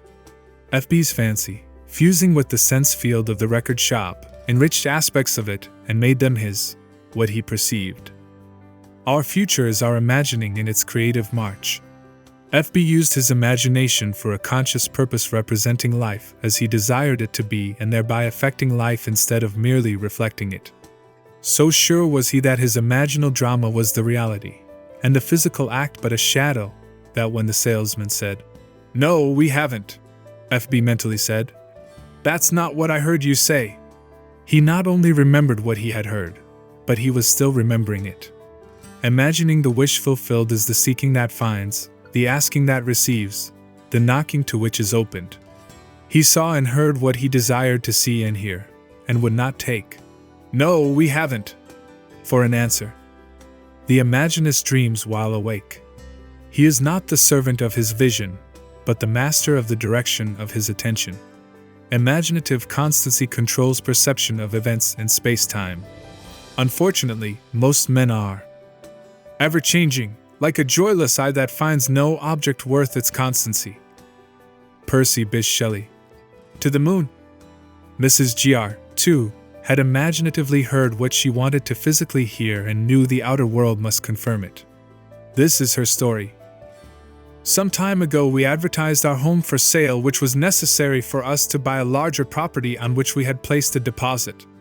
Several people would have bought our home immediately, but we were obliged to explain that we could not close any deal until we learned whether or not our offer for the property we wanted had been accepted. At this time, a broker called and literally begged us to allow him to show our home to a client of his who was eager for this location and would be glad to pay even more than we were asking. We explained our situation to the broker and to his client. They both stated they did not mind waiting for our deal to be consummated. The broker asked us to sign a paper which he said was not binding in any way but would give him first chance at the sale if our other deal went through. We signed the paper and later learned that in California real estate law nothing could have been more binding. A few days later our deal for the new property fell through, so we notified this broker and his verbal response was, "Well, just forget it."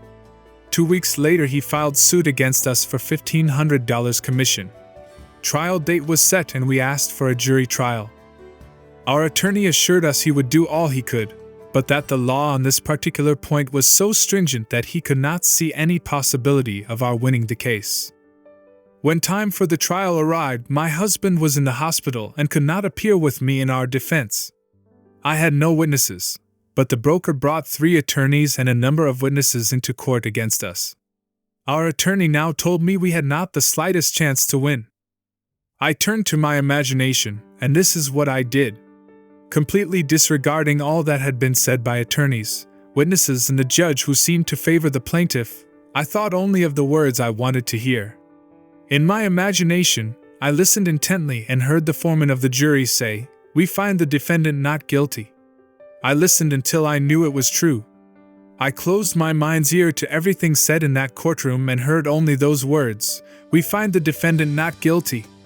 The jury deliberated from noon recess until 4:30 that afternoon, and all during those hours I sat in the courtroom and heard those words over and over in my imagination.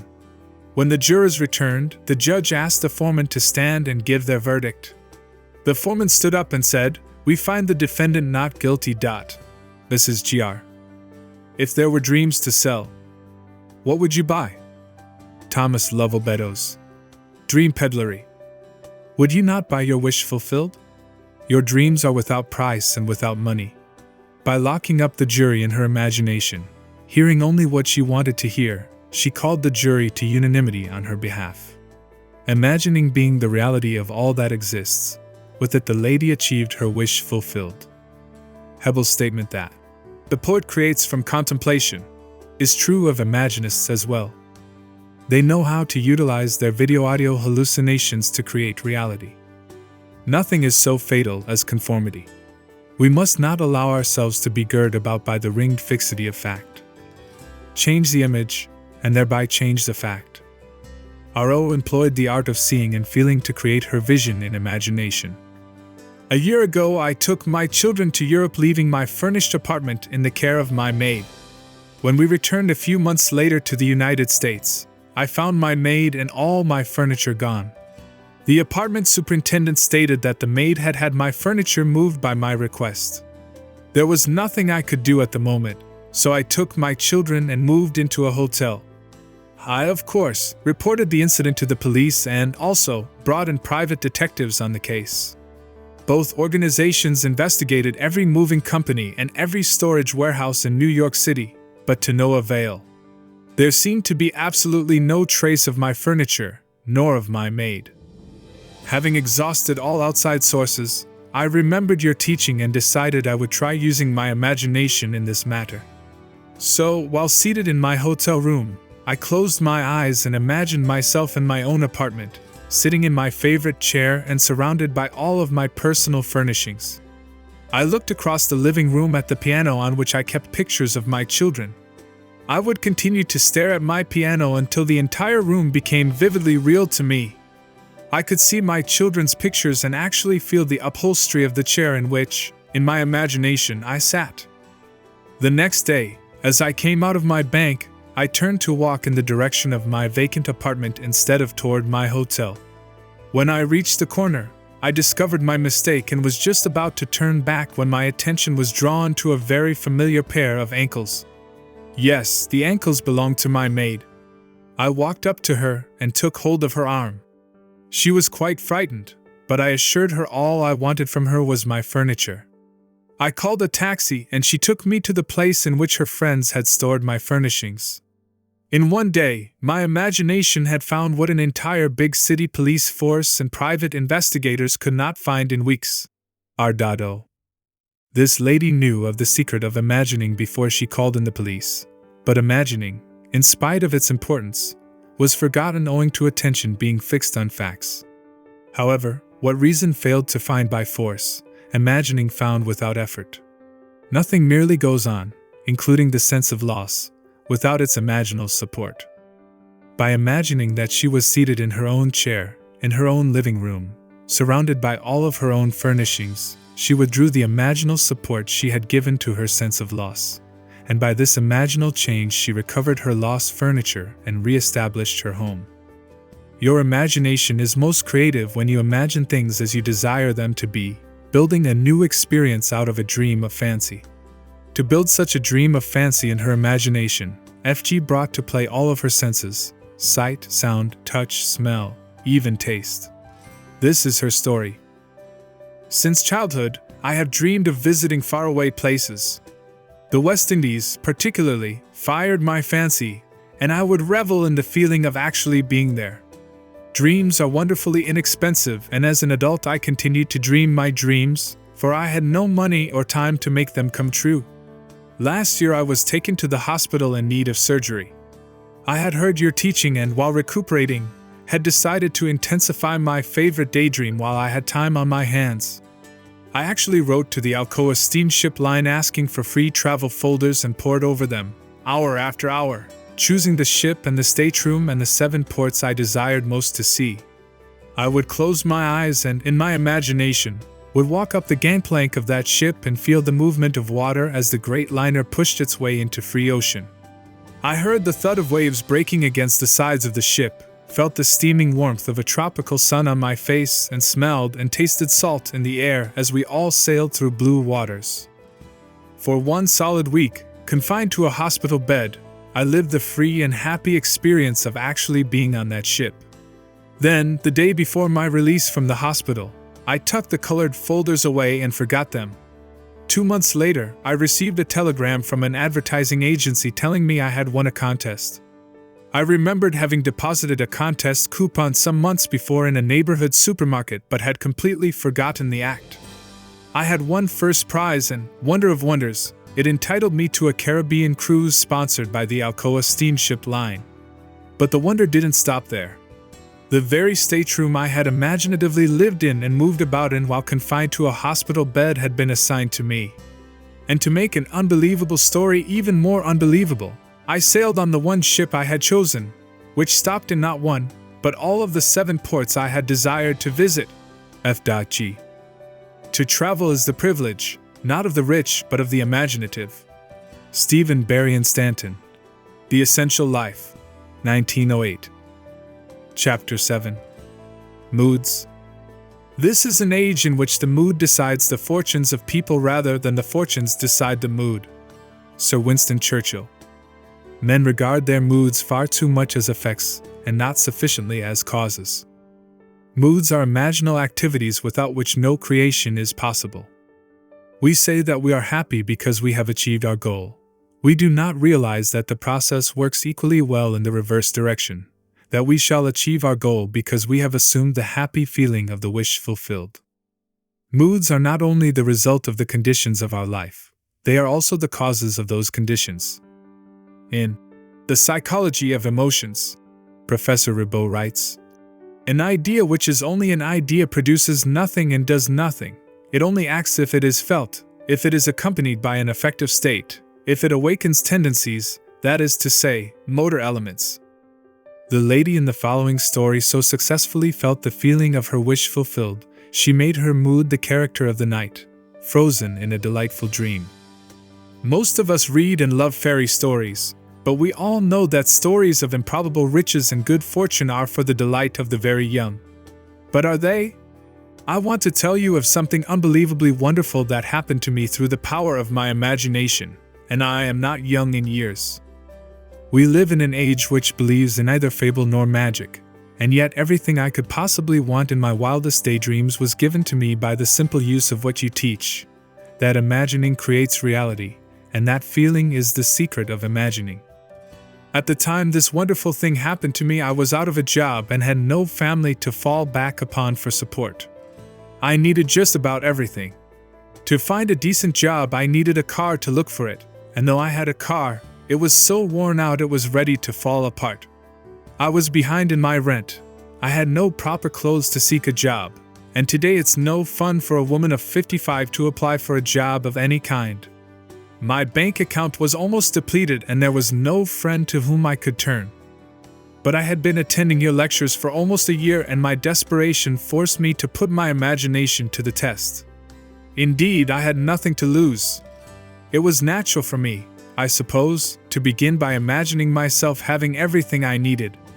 But I needed so many things and in such short order that I found myself exhausted when I finally got through the list.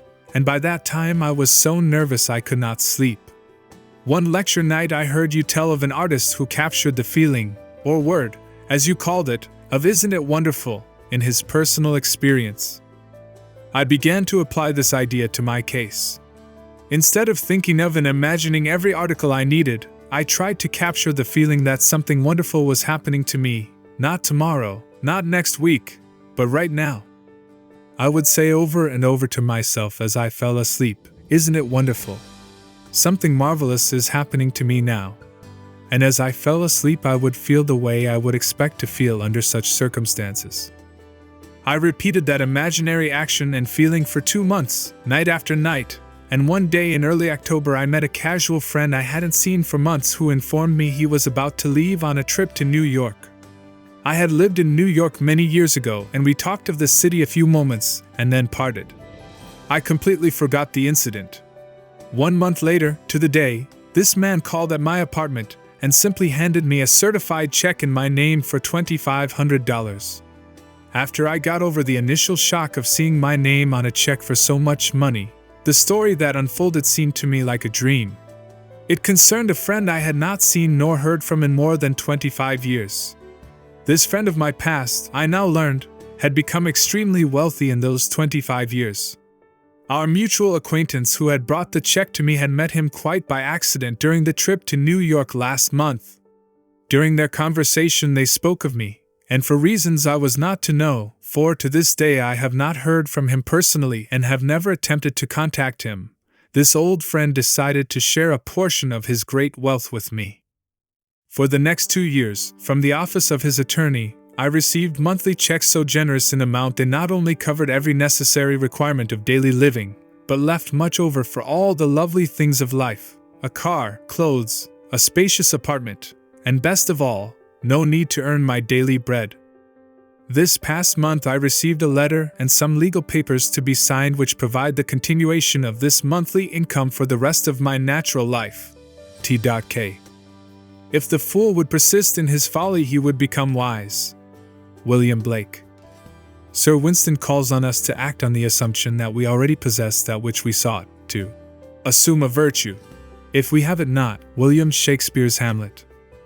Is this not the secret of miracles? Thus the man with palsy was told to rise, to take up his bed and walk, to mentally act as if he were healed. Matthew 9 verses 1 to 8, Mark 2 verses 1 to 13, Luke 5 verses 18 to 25, John 5 verses 1 to 17. And when the actions of his imagination corresponded with the actions which he would physically perform where he was healed.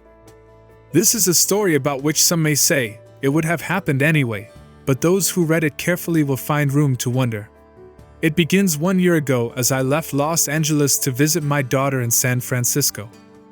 Instead of the happy-natured individual she had always been, I found her in deep distress. Not knowing the cause of her anguish and not wishing to ask, I waited until she told me that she was in great financial trouble and must have $3,000 immediately.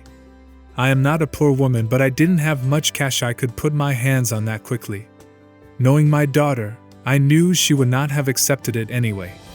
I offered to borrow the money for her, but she refused and instead asked me to help her in my way. She meant using my imagination, for I had often told her of your teaching and some of my words must have struck home. I immediately agreed on this plan with the provision that she would help me help her. We decided on an imaginal scene we could both practice that involved seeing money coming to her from everywhere. We felt money was flooding toward her from every corner, until she was in the middle of a sea of money. But we did this always with the feeling of joy for anyone concerned, and we had no thought of means, only happiness for all.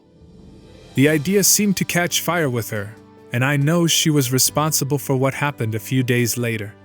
She was certainly transformed back to the happy, confident mood that was natural to her, though there was no evidence of any real money coming in at the time. I left to return home in the East. When I arrived home, I called my mother, a lovely young lady of 91, who immediately asked me to come and see her. I wanted a day's rest, but she couldn't wait. It had to be now. Of course I went, and after greeting me, she handed me a check for $3,000 made out to my daughter. Before I could speak, she handed me 3 additional checks totaling $1,500 made in favor of my daughter's children. Her reason? She explained that she had suddenly decided the day before to give what she had in cash to those she loved while she was still here to know of their happiness in receiving it. It would have happened anyway. No, not like this. Not within days of my daughter's frantic need, and then her sudden transformation to a mood of joy. I know that her imaginal act caused this wonderful change, bringing not only great joy to the receiver but to the giver as well. P.S. I almost forgot to add that among the checks so lavishly given was one for me too, for $3,000. M.B. The boundless opportunities opened by recognizing the shift of the focus of imagining are beyond measure. There are no boundaries. The drama of life is an imaginal activity in which we bring to pass by our moods rather than by our physical acts. Moods so ably guide all towards that which they affirm, they may be said to create the circumstances of life and dictate the events. The mood of the wish fulfilled is the high tide which lifts us easily off the bar of the senses where we usually lie stranded. If we are aware of the mood and know this secret of imagining, we may announce that all that our mood affirms will come to pass. The following story is by a mother who succeeded in sustaining a seemingly playful mood with startling results. Surely you've heard the old wives' tale about warts, that if a wart is bought, it will disappear? I've known this story from childhood, but not until I heard your lectures did I realize the truth hidden in the old tale. My boy, a lad of 10, had many large ugly warts on his legs, causing an irritation which had plagued him for years. I decided that my sudden insight could be used to his advantage. A boy has a lot of faith in his mother as a rule, so I asked him if he would like to be rid of his warts. He quickly said yes, but he did not want to go to a doctor. I asked him to play a little game with me, that I would pay him a sum of money for each wart. This suited him fine. He said he didn't see how he could lose. We arrived at a fair price, he thought, and then I said, now I'm paying you good money for those warts. They no longer belong to you. You never keep property belonging to someone else, so you can no longer keep those warts. They will disappear.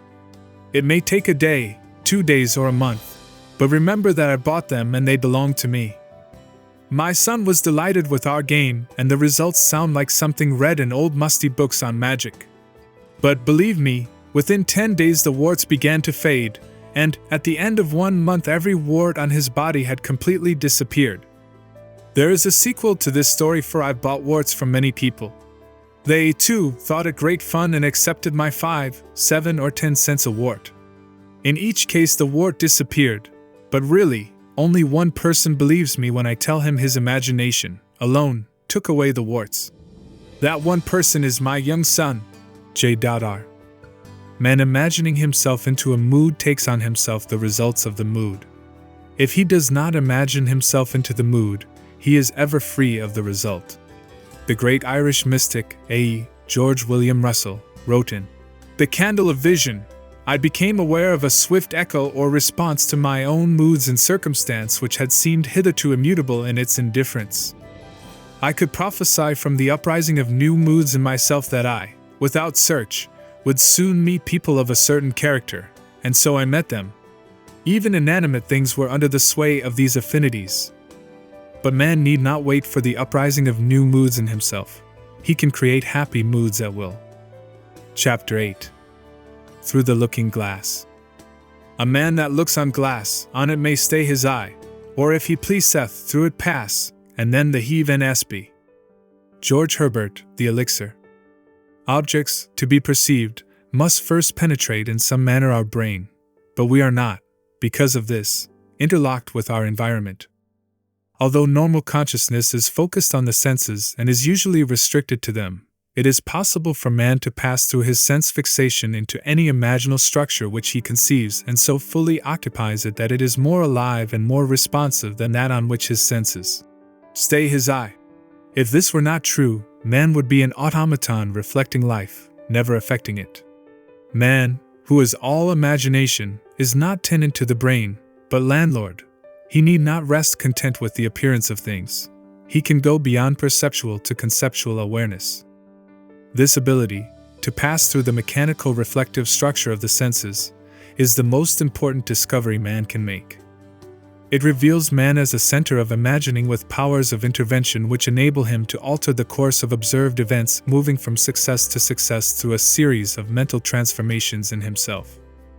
Attention, the spearhead of imagining, may be either attracted from without as his senses stay his eye, or directed from within, if he pleases, and through the senses pass into the wish fulfilled.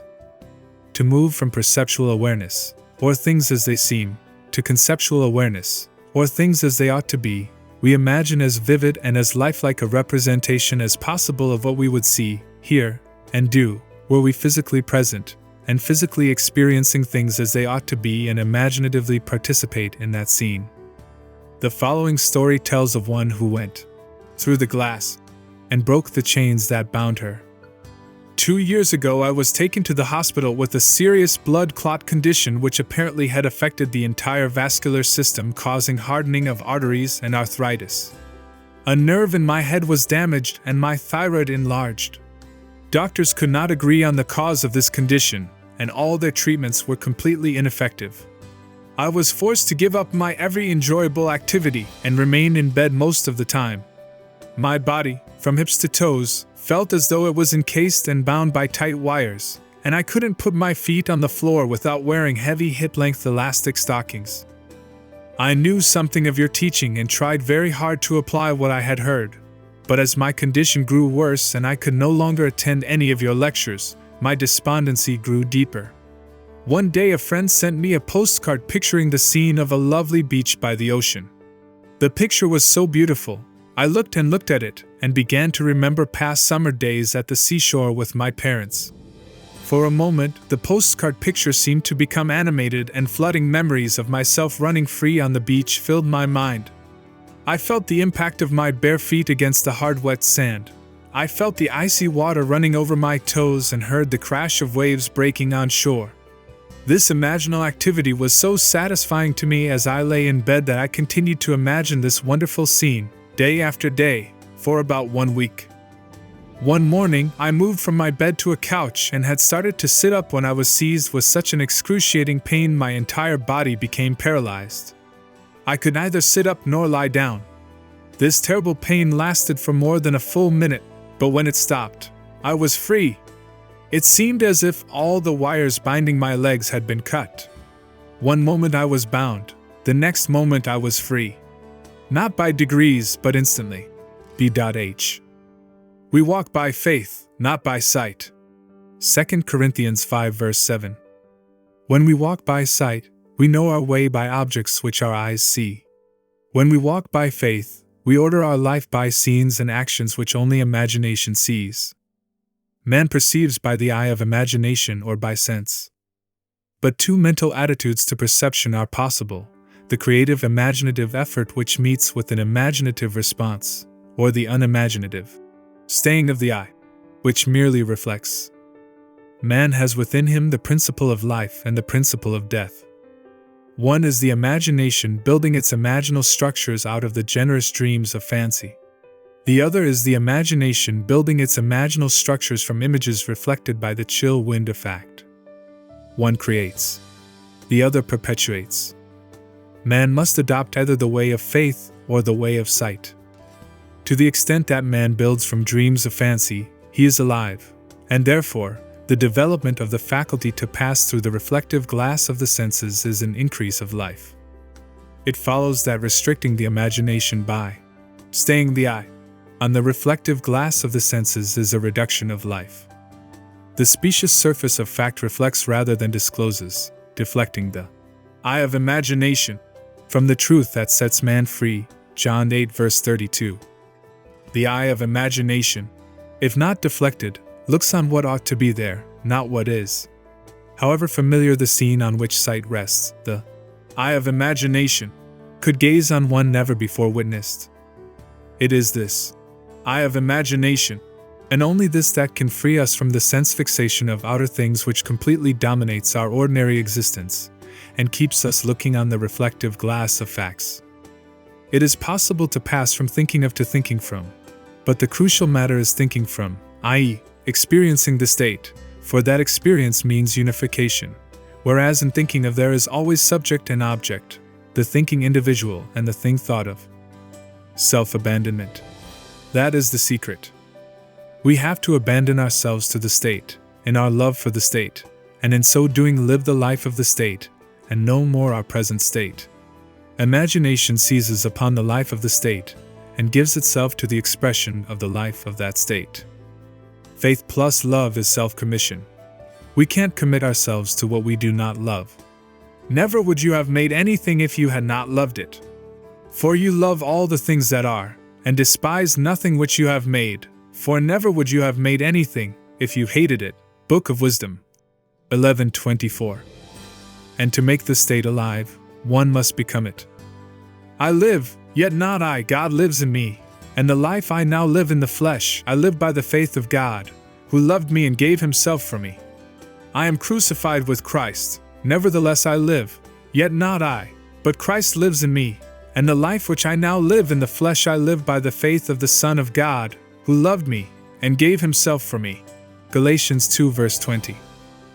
God loved man, his created, and became man in faith that this act of self-commission would transform the created into the creative. We must be imitators of God as dear children, Ephesians 5 verse 1, and commit ourselves to what we love, as God who loved us committed himself to us. We must be the state to experience the state. The center of conscious imagining can be shifted, and what are now mere wishes, imaginal activities keyed low, brought into penetrative focus and entered. Entrance commits us to the state. The possibilities of such shifting of the center of imagining are startling. The activities concerned are psychical throughout. The shifting of the center of imagining is not brought about by spatial travel, but by a change in what we are aware of. The boundary of the world of sense is a subjective barrier.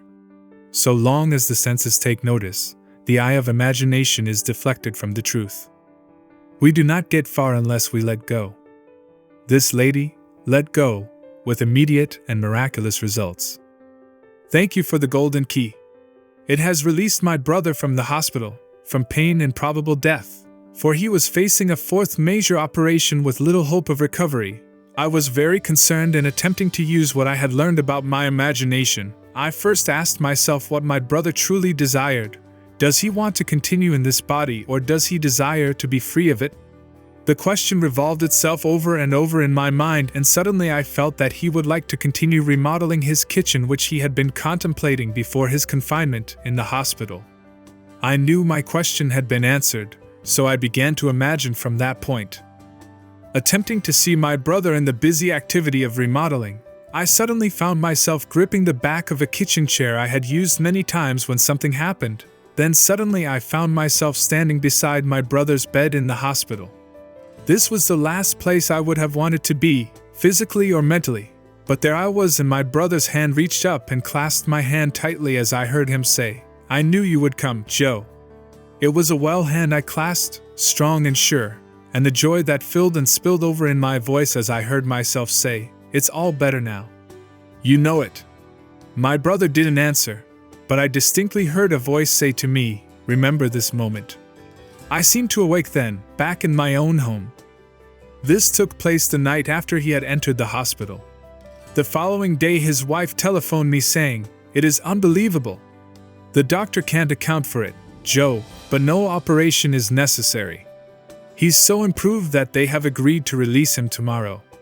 The following Monday, my brother went back to his work and has been perfectly well since that day. J.S. Not facts, but dreams of fancy shape our lives. She needed no compass to find her brother, nor tools to operate, only the eye of imagination. In the world of sense we see what we have to see. In the world of imagination we see what we want to see, and seeing it, we create it for the world of sense to see. We see the outer world automatically. Seeing what we want to see demands voluntary and conscious imaginative effort. Our future is our own imaginal activity in its creative march. Common sense assures us that we are living in a solid and sensible world, but this so seemingly solid world is, in reality, imaginal through and through. The following story proves that it is possible for an individual to transfer the center of imagining to some greater or lesser degree to a distant area, and not only do so without moving physically, but to be visible to others who are present at that point in space-time. And if this be a dream, then is all that we see or seem but a dream within a dream? Edgar Allan Poe. Seated in my living room in San Francisco, I imagined I was in my daughter's living room in London, England. I surrounded myself so completely with that room which I knew intimately, that I suddenly found myself actually standing in it. My daughter was standing by her fireplace, her face turned away from me. A moment later she turned and our eyes met. I saw such a startled, frightened expression on her face that I, too, became emotionally upset and immediately found myself back in my own living room in San Francisco. 5 days later, I received an airmail letter from my daughter which had been written on the day of my experiment with imaginal travel. In her letter she told me she had seen me in her living room that day just as real as though I were actually standing there in the flesh. She confessed she had been very frightened and that before she could speak, I had vanished. The time of this visitation, as she gave it in her letter, was exactly the time I had begun the imaginative action, allowing, of course, for the difference in time between the 2 points. She explained that she told her husband of this amazing experience, and he insisted that she write to me immediately as he stated, "Your mother must have died or is dying." But I wasn't dead or dying, but very much alive and very excited by this marvelous experience. M.L.J. Nothing can act but where it is, with all my heart, only where is it? Thomas Carlyle. Man is all imagination. Therefore, a man must be where he is in imagination, for his imagination is himself. Imagination is active at and through any state that it is aware of. If we take shifting of awareness seriously, there are possibilities beyond belief. The senses join man in forced and unholy wedlock to what, were he imaginatively awake, he would put asunder. We need not feed on sense data. Shift the focus of awareness and see what happens. However little we move mentally, we should perceive the world under a slightly changed aspect. Awareness is usually moved about in space by movement of the physical organism, but it need not be so restricted. It can be moved by a change in what we are aware of. Man is manifesting the power of imagination whose limits he cannot define. To realize that the real self, imagination, is not something enclosed within the spatial boundary of the body is most important. The foregoing story proves that when we meet a person in the flesh, that his real self need not be present in space where his body is. It also shows that sense perception can be thrown into operation outside of the normal physical means, and that the sense data produced is of the same kind as those which occur in normal perception. The idea in the mother's mind which started the whole process going was the very definite idea of being in the place where her daughter lived.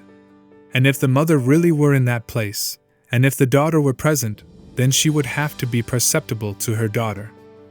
We can only hope to understand this experience in imaginal, and not in mechanical or materialistic terms. The mother imagined elsewhere as being here. London was just as here to her daughter living there as San Francisco was here to the mother living there. It hardly ever crosses our minds that this world might be different in essence from what common sense tells us it so obviously is. Blake writes, I question not my corporeal or vegetative eye any more than I would question a window concerning a sight. I look through it and not with it. This looking through the eye not only shifts consciousness to other parts of this world, but to other worlds as well. Astronomers must wish they knew more of this. Looking through the eye. This mental traveling that mystics practice so easily. I traveled through a land of men and women too, and heard and saw such dreadful things as cold earth wanderers never knew. William Blake, the mental traveler. Mental traveling has been practiced by awakened men and women since the earliest days.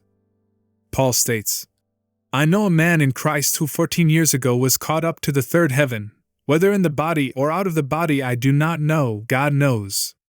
2 Cor.12.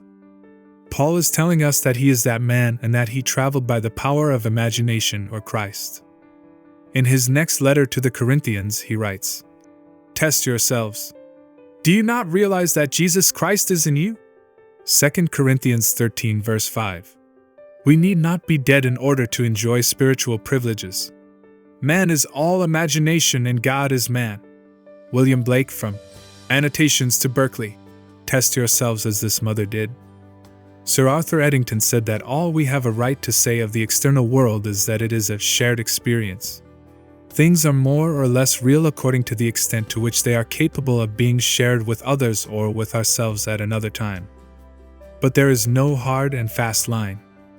Accepting Eddington's definition of reality as shared experience, The above story is as real as the earth or a color, for it was shared by both mother and daughter. The range of imagining is such that I must confess that I do not know what limits, if any, there are to its ability to create reality. All these stories show us one thing, that an imaginal activity implying the wish fulfilled must start in the imagination apart from the evidence of the senses in that journey that leads to the realization of desire. Chapter 9. Enter into. If the spectator would enter into these images in his imagination, approaching them on the fiery chariot of his contemplative thought, if he could make a friend and companion of one of these images of wonder, which always entreats him to leave mortal things, as he must know, then would he arise from his grave, then would he meet the Lord in the air, and then he would be happy. Blake. Imagination, it seems, will do nothing that we wish until we enter into the image of the wish fulfilled. Does not this entering into the image of the wish fulfilled resemble Blake's void outside of existence, which if entered into englobes itself and becomes a womb? Is this not the true interpretation of the mythical story of Adam and Eve? Man and his emanation?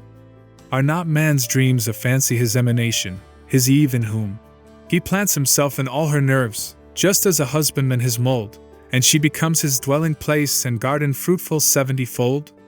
William Blake, The Mental Traveler. The secret of creation is the secret of imagining, first, desiring and then assuming the feeling of the wish fulfilled until the dream of fancy, the void outside existence, is entered and englobes itself and becomes a womb, a dwelling place and garden fruitful 70-fold. Note well that Blake urges us to enter into these images. This entering into the image makes it englobe itself and become a womb. Man, by entering a state, impregnates it and causes it to create what the union implies. Blake tells us that these images are shadowy to those who dwell not in them, mere possibilities, but to those who enter into them they seem the only substances. On my way to the West Coast, I stopped in Chicago to spend the day with friends. My host was recovering from a severe illness, and his doctor advised him to move to a one-story house. Acting upon the doctor's advice, he had purchased a one-story house suited to his needs. But he now was confronted with the fact that there seemed to be no buyer for his large 3-story home. When I arrived, he was very discouraged.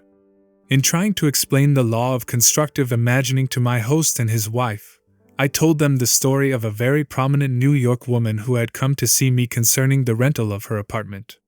She maintained a lovely city apartment and a country home, but it was absolutely essential that she rent her apartment if she and her family were to spend the summer at their country home. Neville Goddard. The Power of Awareness. Ch. 23. Case Histories 5.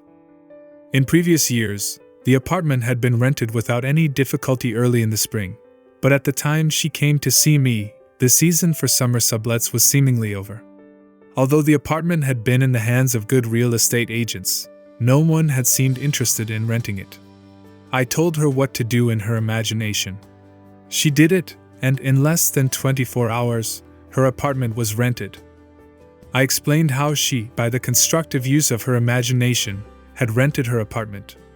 At my suggestion, before she went to sleep that night in her apartment in the city, she imagined she was lying in her bed in her country home. In her imagination, she viewed the world from the country house rather than from the city apartment. She smelled the fresh country air.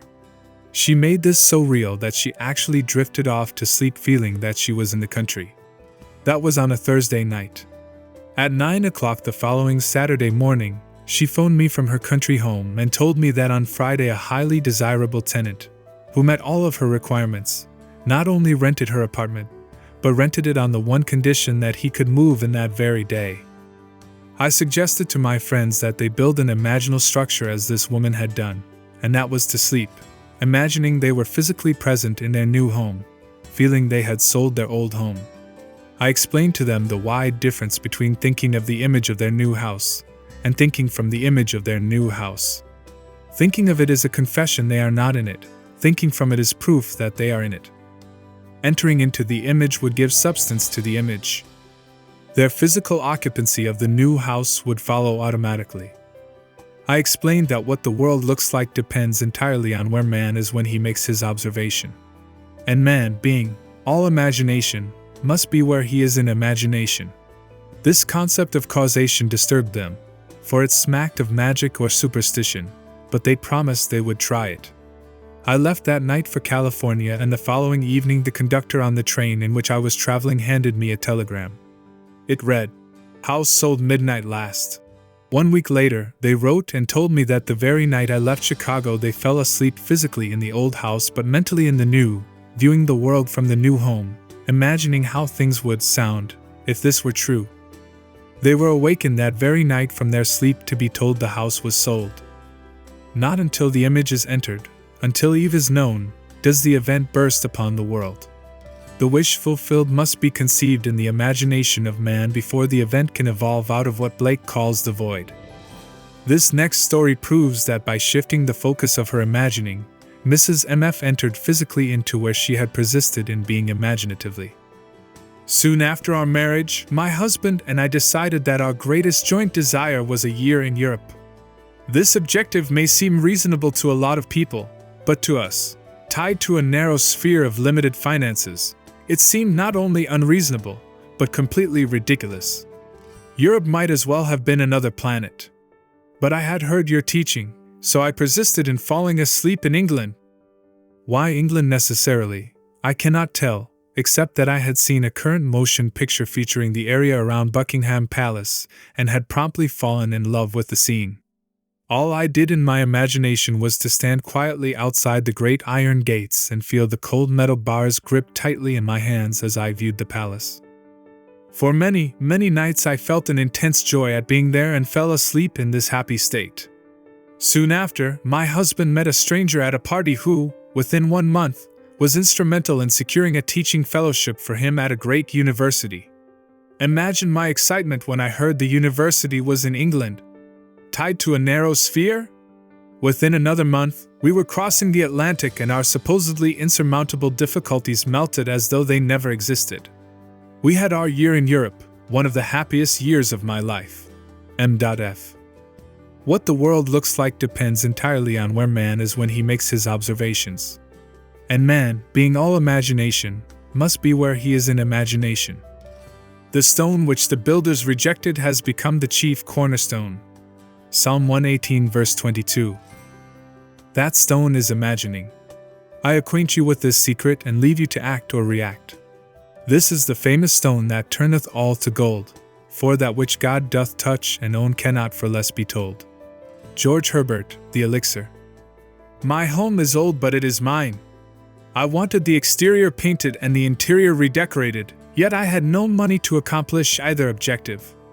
You told us to live as though our desire is already a reality, and this I began to do, imagining my old house with a brand new coat of paint, new furnishings, new decoration and all the trimmings. I walked, in my imagination, through the newly decorated rooms. I walked around the outside admiring the fresh paint, and, at the end of my imaginal act, I handed the contractor a check for payment in full. I entered this imaginal scene faithfully as often as I could during the day and each night before I fell asleep. Within 2 weeks, I received a registered letter from Lloyd's of London, telling me I had inherited $7,000 from a woman I had never met. I had known her brother slightly almost 40 years before and had performed a small service 15 years ago for the lady when this brother had died in our country, and she had written to me asking for particulars regarding his death which I was able to provide. I had not heard from her since that time. Now, here was the check for $7,000, more than enough to cover the cost of my house restoration, plus many, many other things I desired. Elucidates. He who does not imagine in stronger and better lineaments, and in stronger and better light than his perishing and mortal eye can see, does not imagine at all. Blake. Unless the individual imagines himself someone else, or somewhere else, the present conditions and circumstances of his life will continue in being and his problems recur, for all events renew themselves from his constant images. By him they were made, by him they continue in being, and by him they can cease to be. The secret of causation is in the assembled imagery. But a word of warning, the assemblage must have meaning. It must imply something or it will not form the creative activity, the word. Chapter 10. Things which do not appear. What is seen was made out of things which do not appear. Hebrews 11 verse 3. Human history, with its forms of governments, its revolutions, its wars, and in fact the rise and fall of nations, could be written in terms of the rise and fall of ideas implanted in the minds of men. Herbert Hoover. The secret of imagining is the greatest of all problems, to the solution of which the mystic aspires. Supreme power, supreme wisdom, supreme delight lie in the far-off solution of this mystery. Douglas Fawcett. To refuse to recognize the creative power of man's invisible, imaginal activity is too great to be argued with. Man, through his imaginal activity, literally, calls into existence the things that do not exist. Romans 4 verse 17. By man's imaginal activity, all things are made, and without such activity was not anything made that was made. John 1 verse 3. Such causal activity could be defined as an imaginal assemblage of images, which occurring, some physical event invariably takes place. It is for us to assemble the images of happy outcome, and then keep from interfering. The event must not be forced but allowed to happen. If imagination is the only thing that acts, or is, in existing beings of men, as Blake believed then, we should never be certain that it was not some woman treading in the wine press who began that subtle change in men's minds. William Butler Yeats. This grandmother is daily treading the wine press for her little granddaughter. She writes, "This is one of those things that make my family and friends say, we just don't understand it. Kim is 2.5 years old now. I took care of her for a month after she was born and did not see her again until a year ago, and then, only for 2 weeks. However, during this past year, every day I have taken her on my lap, in my imagination, and cuddled her and talked to her. In these imaginal acts, I go over all the wonderful things about Kim. God is growing through me, God is loving through me, etc. At first, I would get the response of a very young child. When I started God is growing through me, she would reply me. Now, as I start, she completes the whole sentence. Another thing that has happened is, as the months have passed, as I take her, in my imagination, on my lap, she has grown constantly larger and heavier. Kim hasn't even seen a picture of me in this past year. At the most, I could only be a name to her. Now, sometime each day, her family tells me, she starts talking about me, to no one in particular, just talking. Sometimes it goes on for an hour, or she goes to the phone and pretends to call. In her monologue are such bits as, "My DD loves me. My DD always comes to see me every day." Even though I know what I have been doing in my imagination, it has caused me, too, to wonder much. U.K. All imaginative men and women are forever casting forth enchantments, and all passive men and women, who have no powerful imaginative lives, are continually passing under the spell of their power. There is no form in nature which is not produced by and sustained by some imaginal activity. Therefore, any change in the imaginal activity must result in a corresponding change in form. To imagine a substitute image for unwanted or defective content is to create it. If only we persist in our ideal imaginal activity and do not let lesser satisfactions suffice, ours shall be the victory. When I read in Seed Time and Harvest the story of the school teacher who, through her imagination, in daily revision, transformed a delinquent pupil into a lovely girl, I decided to do something about a young boy in my husband's school. To tell all the problems involved would take pages, for my husband has never had such a difficult child nor such a trying parent situation. The lad was too young to be expelled, yet the teachers refused to have him in their classes. To make matters worse, the mother and grandmother literally camped on the school grounds, making trouble for everyone. I wanted to help the boy, but I also wanted to help my husband. So nightly I constructed 2 scenes in my imagination. 1, I saw a perfectly normal, happy child. 2, I heard my husband say, "I can't believe it, dear, but do you know? R is acting like a normal boy now, and it is heaven not having those 2 women around." After 2 months of persisting in my imaginal play, night after night, my husband came home and said, "It's like heaven around school." Not exactly the same words, but close enough for me. The grandmother had become involved in something that took her out of town, and the mother had to accompany her. At the same time, a new teacher had welcomed the challenge of R, and he was progressing wonderfully well into all I imagined for him. G.B. It is useless to hold standards that we do not apply. Unlike Portia, who said, "I can easier teach 20 what were good to be done, than be one of the 20 to follow mine own teaching." William Shakespeare. The Merchant of Venice. G.B. followed her own teaching. It is fatally easy to make the acceptance of the imaginal faith a substitute for living by it. He has sent me to bind up the broken-hearted, to proclaim liberty to the captives, and the opening of the prison to those who are bound. Isaiah 61 verse 1. Chapter 11. The Potter. Arise and go down to the potter's house, and there I will let you hear my words. So I went down to the potter's house, and there he was working at his wheel. And the vessel he was making of clay was spoiled in the potter's hand, and he reworked it into another vessel, as it seemed good to the potter to do. Jeremiah 18 verses 2-4. The word translated potter means imagination. Out of material others would have thrown away as useless, an awakened imagination refashions it as it ought to be. O Lord, thou art our Father, we are the clay, and thou art our potter, we are all the work of thy hand. Isaiah 64 verse 8. This conception of creation as a work of imagination, and the Lord our Father as our imagination, will take us further into the mystery of creation than any other guide. The only reason people do not believe in this identity of God and human imagination is that they are unwilling to assume the responsibility for their frightful misuse of imagination. Divine imagination has descended to the level of human imagination, that human imagination may ascend to divine imagination. The 8th Psalm says that man was made a little lower than God, not a little lower than the angels, as the King James Version mistakenly translates it. Angels are the emotional dispositions of man and are therefore his servant, and not his superior, as the author of Hebrews tells us. Hebrews 1 verse 14. Imagination is the real man and is one with God. Imagination creates, conserves, and transforms. Imagination is radically creative when all imaginative activity based on memory disappears. Imagination is conservative when its imaginal activity is fed with images supplied mainly by memory.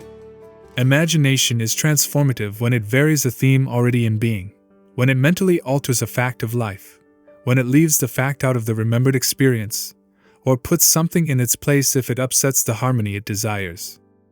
Through the use of her imagination, this talented young artist has made her dream a reality.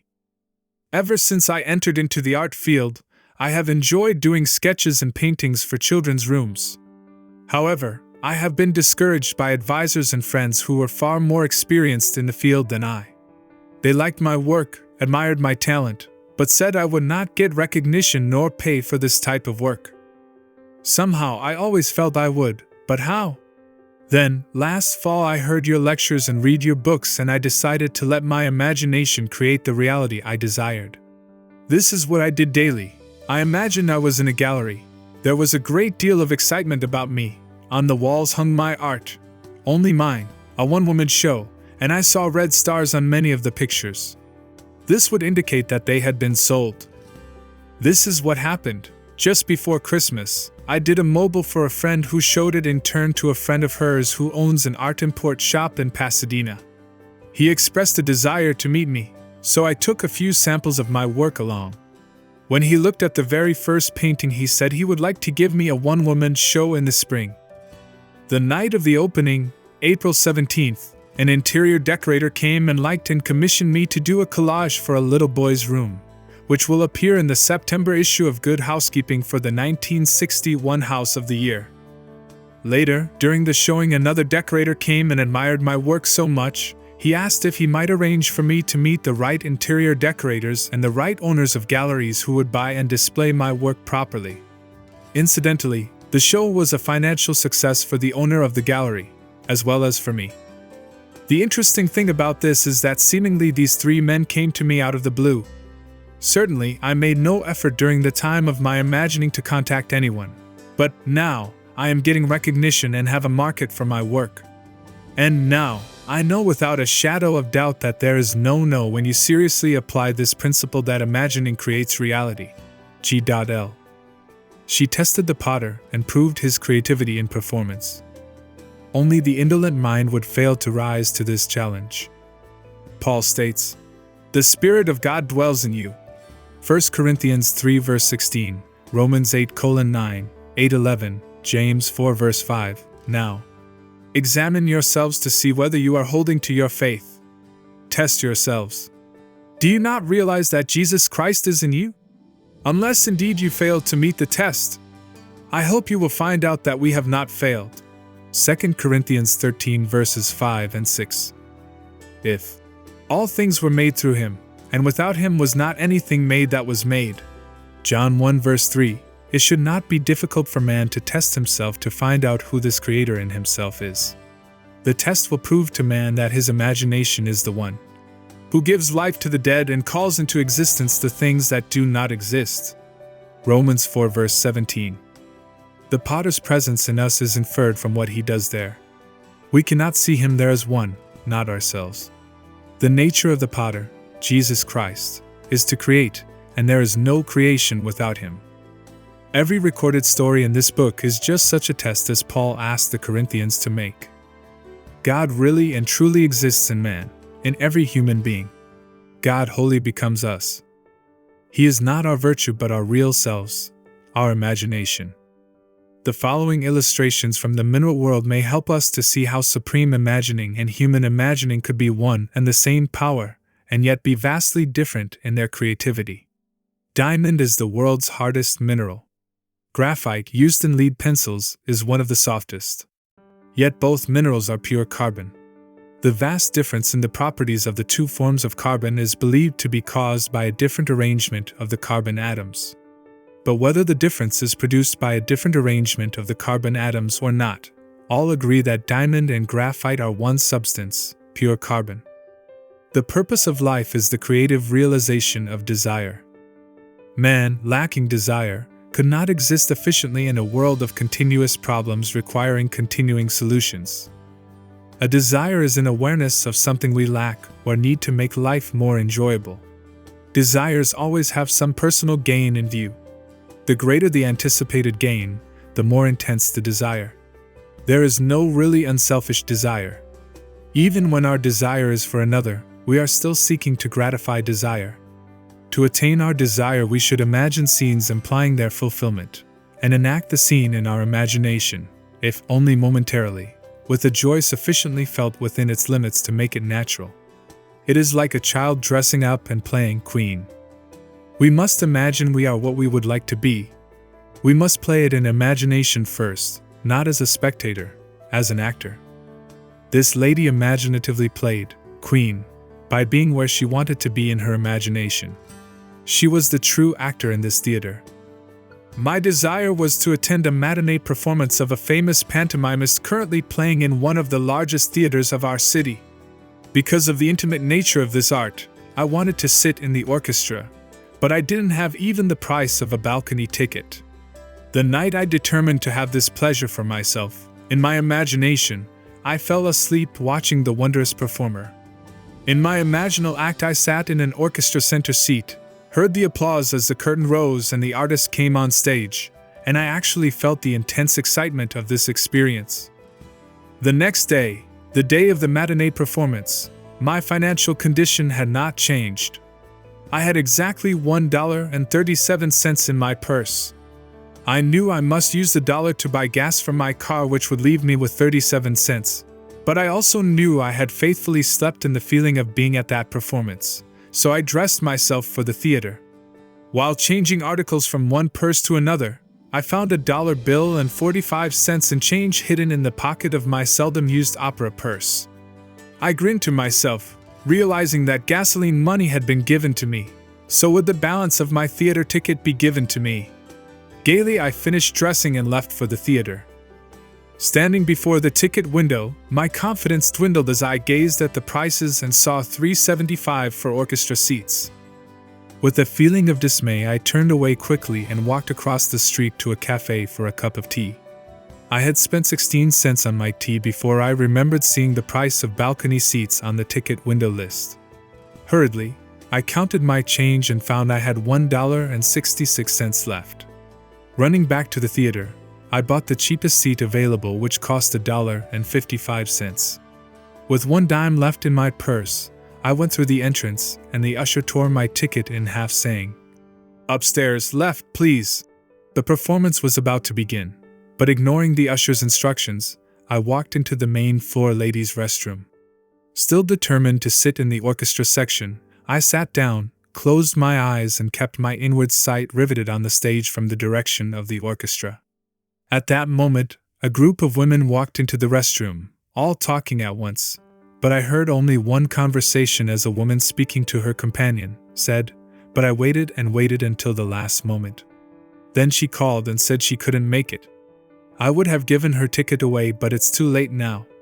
Not realizing it, I handed the usher both tickets, and he tore them in half before I could stop him. I almost laughed aloud. Getting up, I walked over to this lady and asked if I might use the extra ticket she had, instead of the balcony seat I had bought. She was charming and kindly invited me to join her party. The ticket she handed me was for the orchestra section, center seat, 6 rows from the stage. I sat in that seat only moments before the curtain rose on a performance I had witnessed the night before from that seat, in my imagination. J.R. We must actually be in imagination. It is one thing to think of the end, and another thing to think from the end. To think from the end, to enact the end, is to create reality. The inner actions must correspond to the actions we would physically perform. After these things should be. Edward Thomas. The New House. To live wisely, we must be aware of our imaginal activity, and see to it that it is faithfully shaping the end we desire. The world is clay, our imagination is the potter. We should always imagine ends that are of value or promise well. He who desires but acts not breeds pestilence. William Blake. What's done flows from what's imagined. Outward forms reveal the imaginings of man. Man is the shuttle, to whose winding quest and passage through these looms God ordered motion, but ordained no rest. Henry Vaughan. I run a small business, solely owned, and a few years ago it seemed that my venture would end in failure. For some months, sales had fallen steadily, and I found myself in a financial jam, along with thousands of other small businessmen, as this period spanned one of our country's minor recessions. I was badly in debt and needed at least $3,000 almost immediately. My auditors advised me to close my doors and try to salvage what I could. Instead, I turned to my imagination. I knew your teaching but had never actually attempted to solve any problem in this manner. I was frankly skeptical of the entire idea that imagination can create reality, but I was also desperate, and desperation forced me to test your teaching. I imagined my office receiving $4,000 unexpectedly in remittances due. This money would have to come from new orders as my accounts receivable were practically non-existent, but this seemed far-fetched as I hadn't received this much in sales during the last 4 months or more. Nevertheless, I kept my imaginal picture of receiving this amount of money steadily before me for 3 days. Early the 4th morning, a customer I had not heard from in months called me on the telephone asking me to come and see him personally. I was to bring a quotation previously given him for machinery needed by his factory. The quotation was months old, but I dug it out of my files and lost no time in arriving at his office that day. I wrote out the order which he signed, but I saw no immediate help for me in the transaction as the equipment he wanted would take from 4 to 6 months for factory delivery, and of course, my customer did not have to pay for it until delivered. I thanked him for the order and rose to leave. He stopped me at the door and handed me a check for a little over $4,000, saying, "I want to pay for the merchandise now, in advance.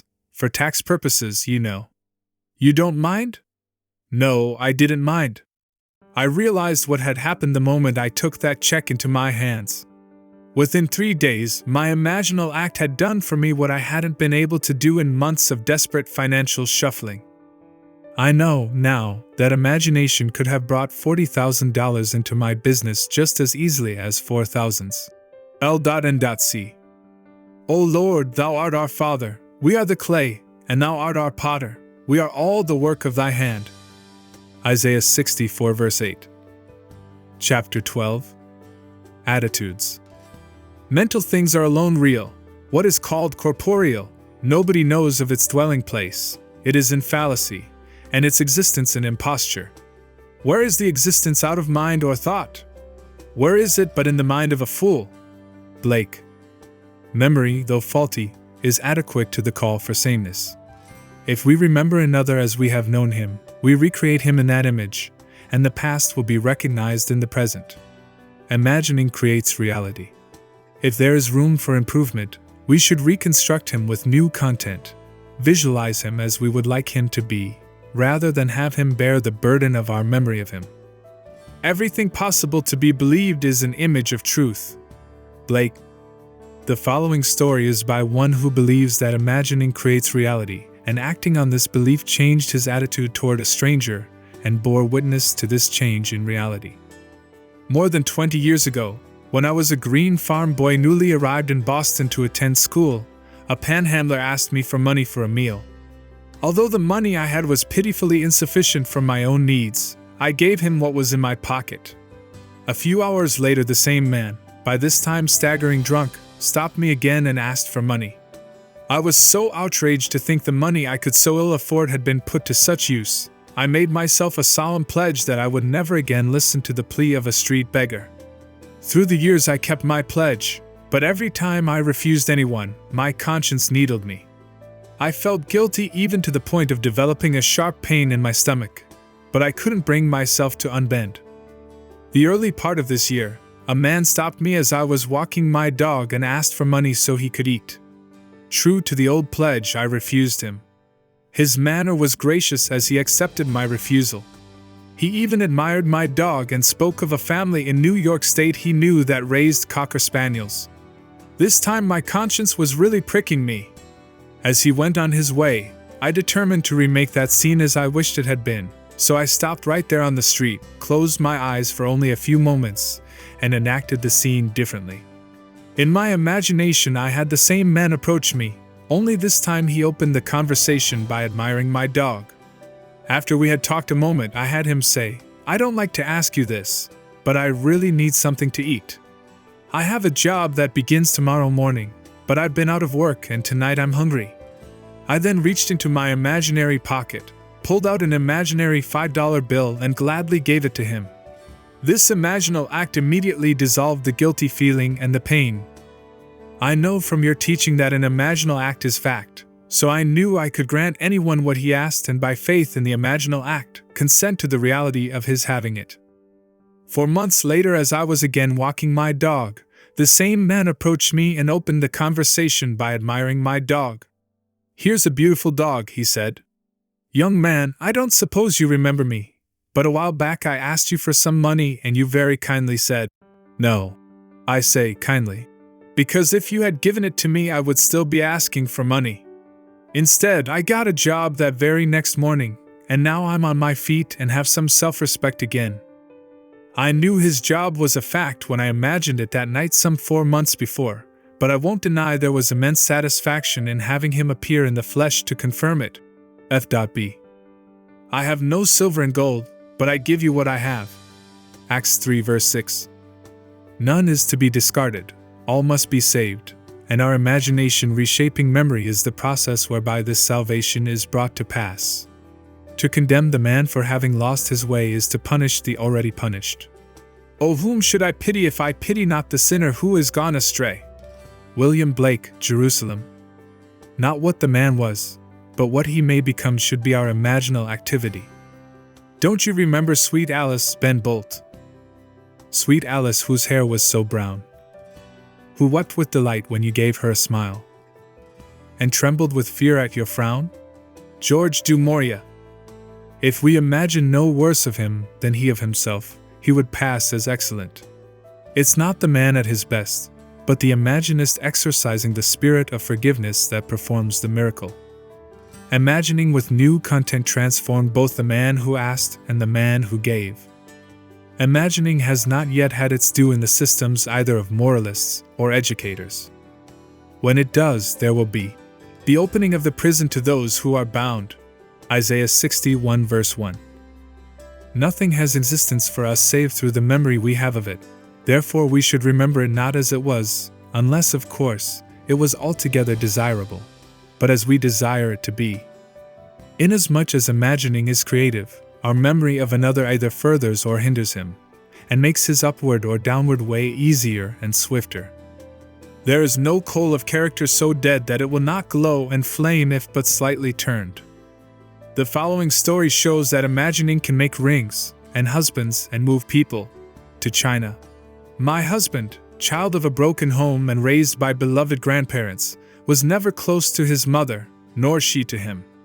A woman of 63 and a divorcee for 32 of those years, she was lonely and embittered, and my relationship with her was strained as I attempted to stay in the middle.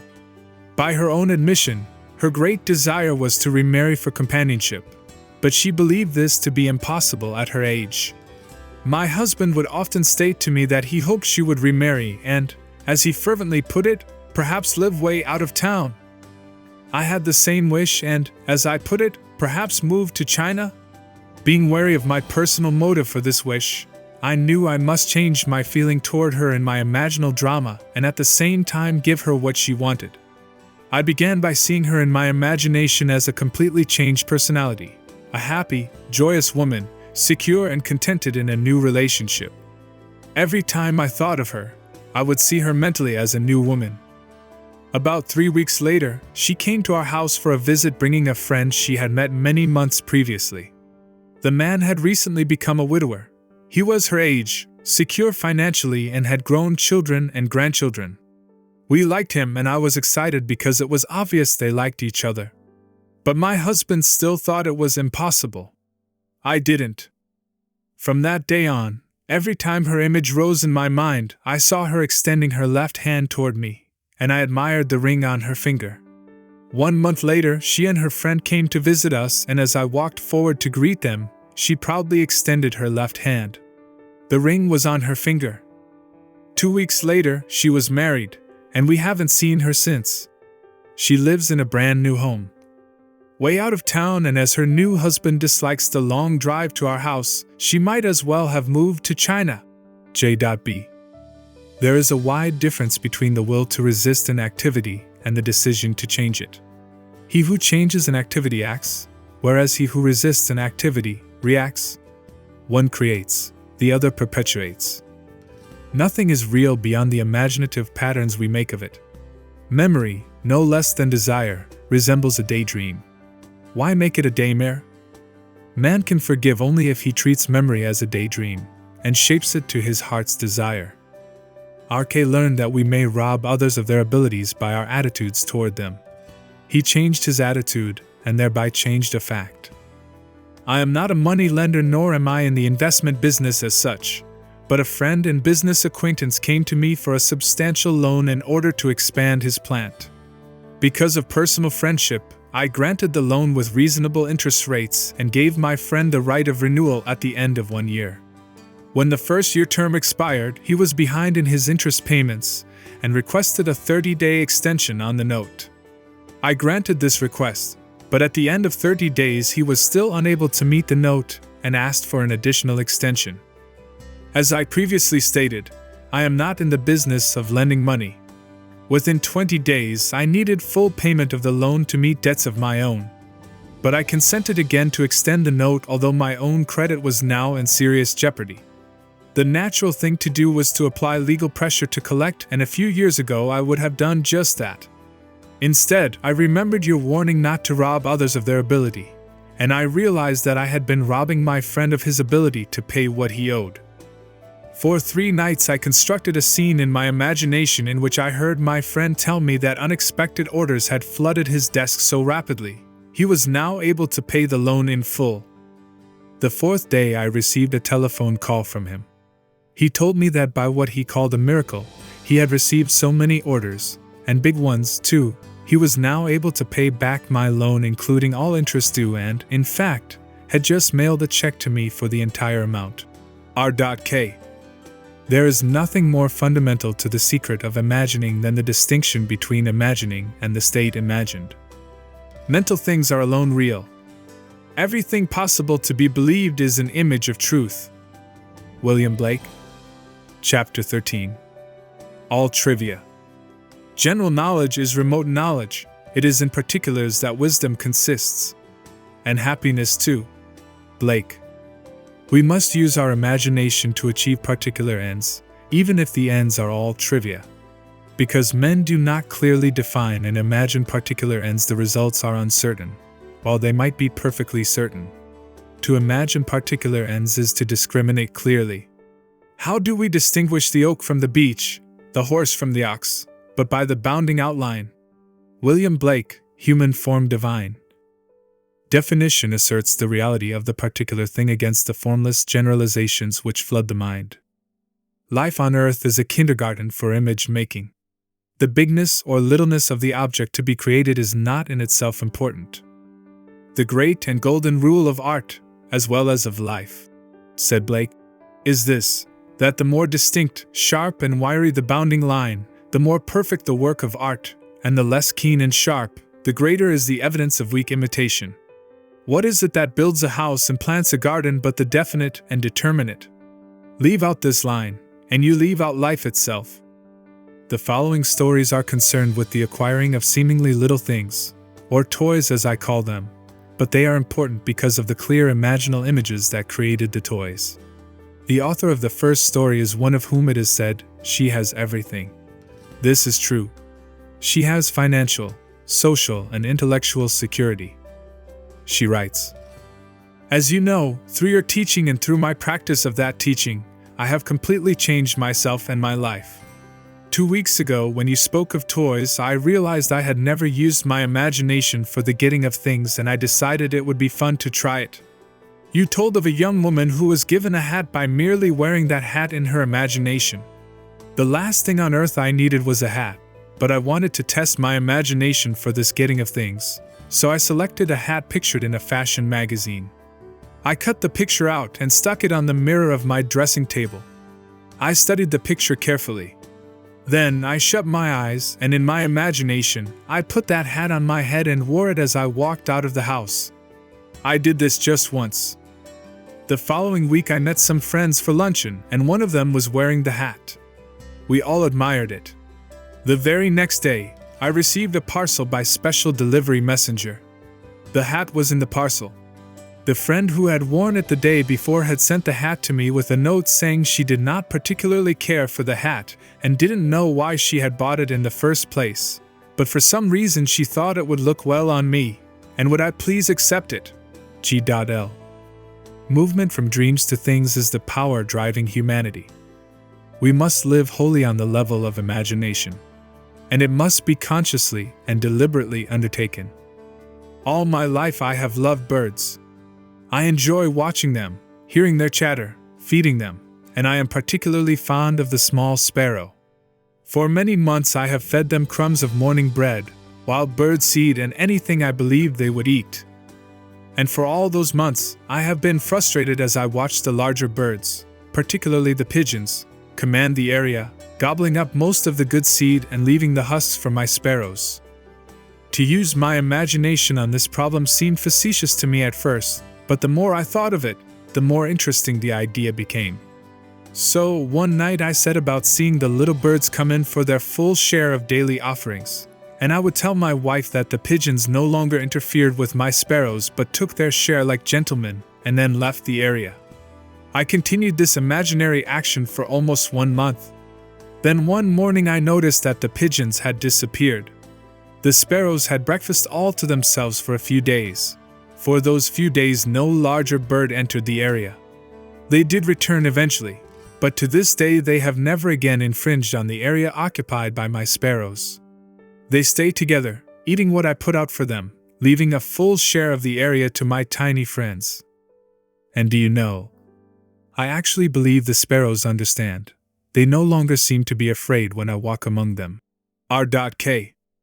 This lady proves that unless our heart is in the task, unless we imagine ourselves right into the feeling of our wish fulfilled, we are not there, for we are all imagination, and must beware, and what we are in imagination. In early February, my husband and I had been in our new house 1 month, a home lovely beyond telling, perched on a rugged cliff with the ocean for our front yard, wind and sky for neighbors and seagulls for guests. We were ecstatic.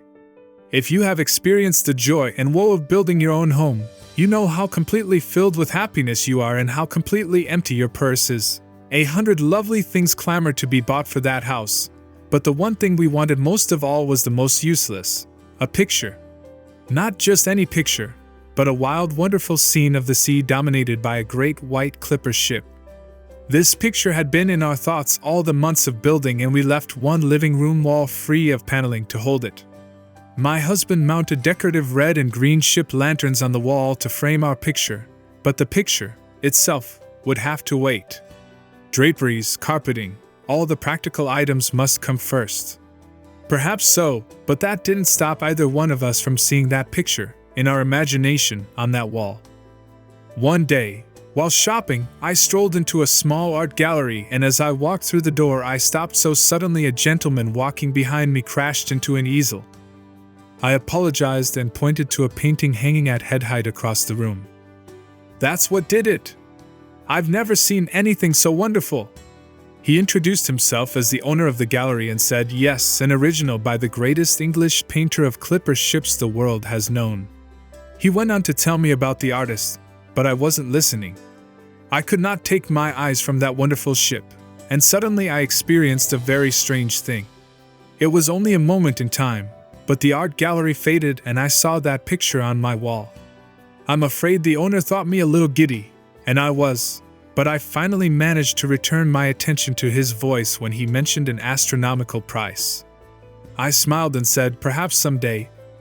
He continued to tell me about the painter and also about an American artist who was the only living lithographer capable of copying the great English master. He said, "If you're very lucky, you may pick up one of his prints. I've seen his work. It's perfect down to the last detail." Many people prefer prints to paintings. Prints or paintings, I knew nothing about the values of either, and anyway, all I wanted was that scene. When my husband returned home that evening, I talked of nothing but that painting and pleaded with him to visit the gallery and see it. "Maybe we could find a print of it somewhere," the man said. "Yes," he interrupted, "but you know we can't afford any picture now." Our conversation ended there, but that night after dinner, I stood in our living room and saw that picture on our wall. The next day, my husband had an appointment with a client which he did not want to keep. But the appointment was kept, and my husband did not return home until after dark. When he walked through the front door, I was busy in another part of the house and called a greeting to him. A few minutes later I heard hammering and walked into the living room to see what he was doing. On our wall hung my picture. In my first moment of intense joy I remembered the man in the art gallery saying, "If you're very lucky, you may pick up one of his prints." Lucky? Well, here is my husband's part of this story. Making the call already mentioned, he entered one of the poorest, meanest little houses he had ever been in. The client introduced himself and led my husband into a tiny dark dining area where the two of them sat down at a bare table. As my husband put his briefcase on the tabletop, he looked up and saw the picture on a wall. He confessed to me he had conducted a very sloppy interview because he couldn't take his eyes from that picture. The client signed the contract and gave a check as down payment which, as my husband believed at the time, was $10 short. Mentioning this fact to the client, he said the check given was every cent he could afford but added, "I've noticed your interest in that picture. It was here when I took this place. I don't know to whom it belonged, but I don't want it. If you'll put the $10 in for me, I'll give you the picture." When my husband returned to his company's main office, he learned he had been in error about the amount. He was not charged $10. Our picture is on our wall, and it costs us nothing. A.A. of R.L., who writes the following letter, it must be said. "In faith, lady, you have a merry heart." William Shakespeare. Much ado about nothing. One day, during a bus strike, I needed to go into the downtown area and had to walk 10 blocks from my home to the nearest bus in operation. Before starting home, I recalled there was no food market on this new route and I wouldn't be able to shop for dinner. I had enough to manage a potluck meal, but I would need bread. After shopping all day, the 10 blocks back from the bus line was all I could manage, and to go still farther to shop for bread was out of the question. I stood very still for a moment and allowed a vision of bread to dance in my head. Then I started for home.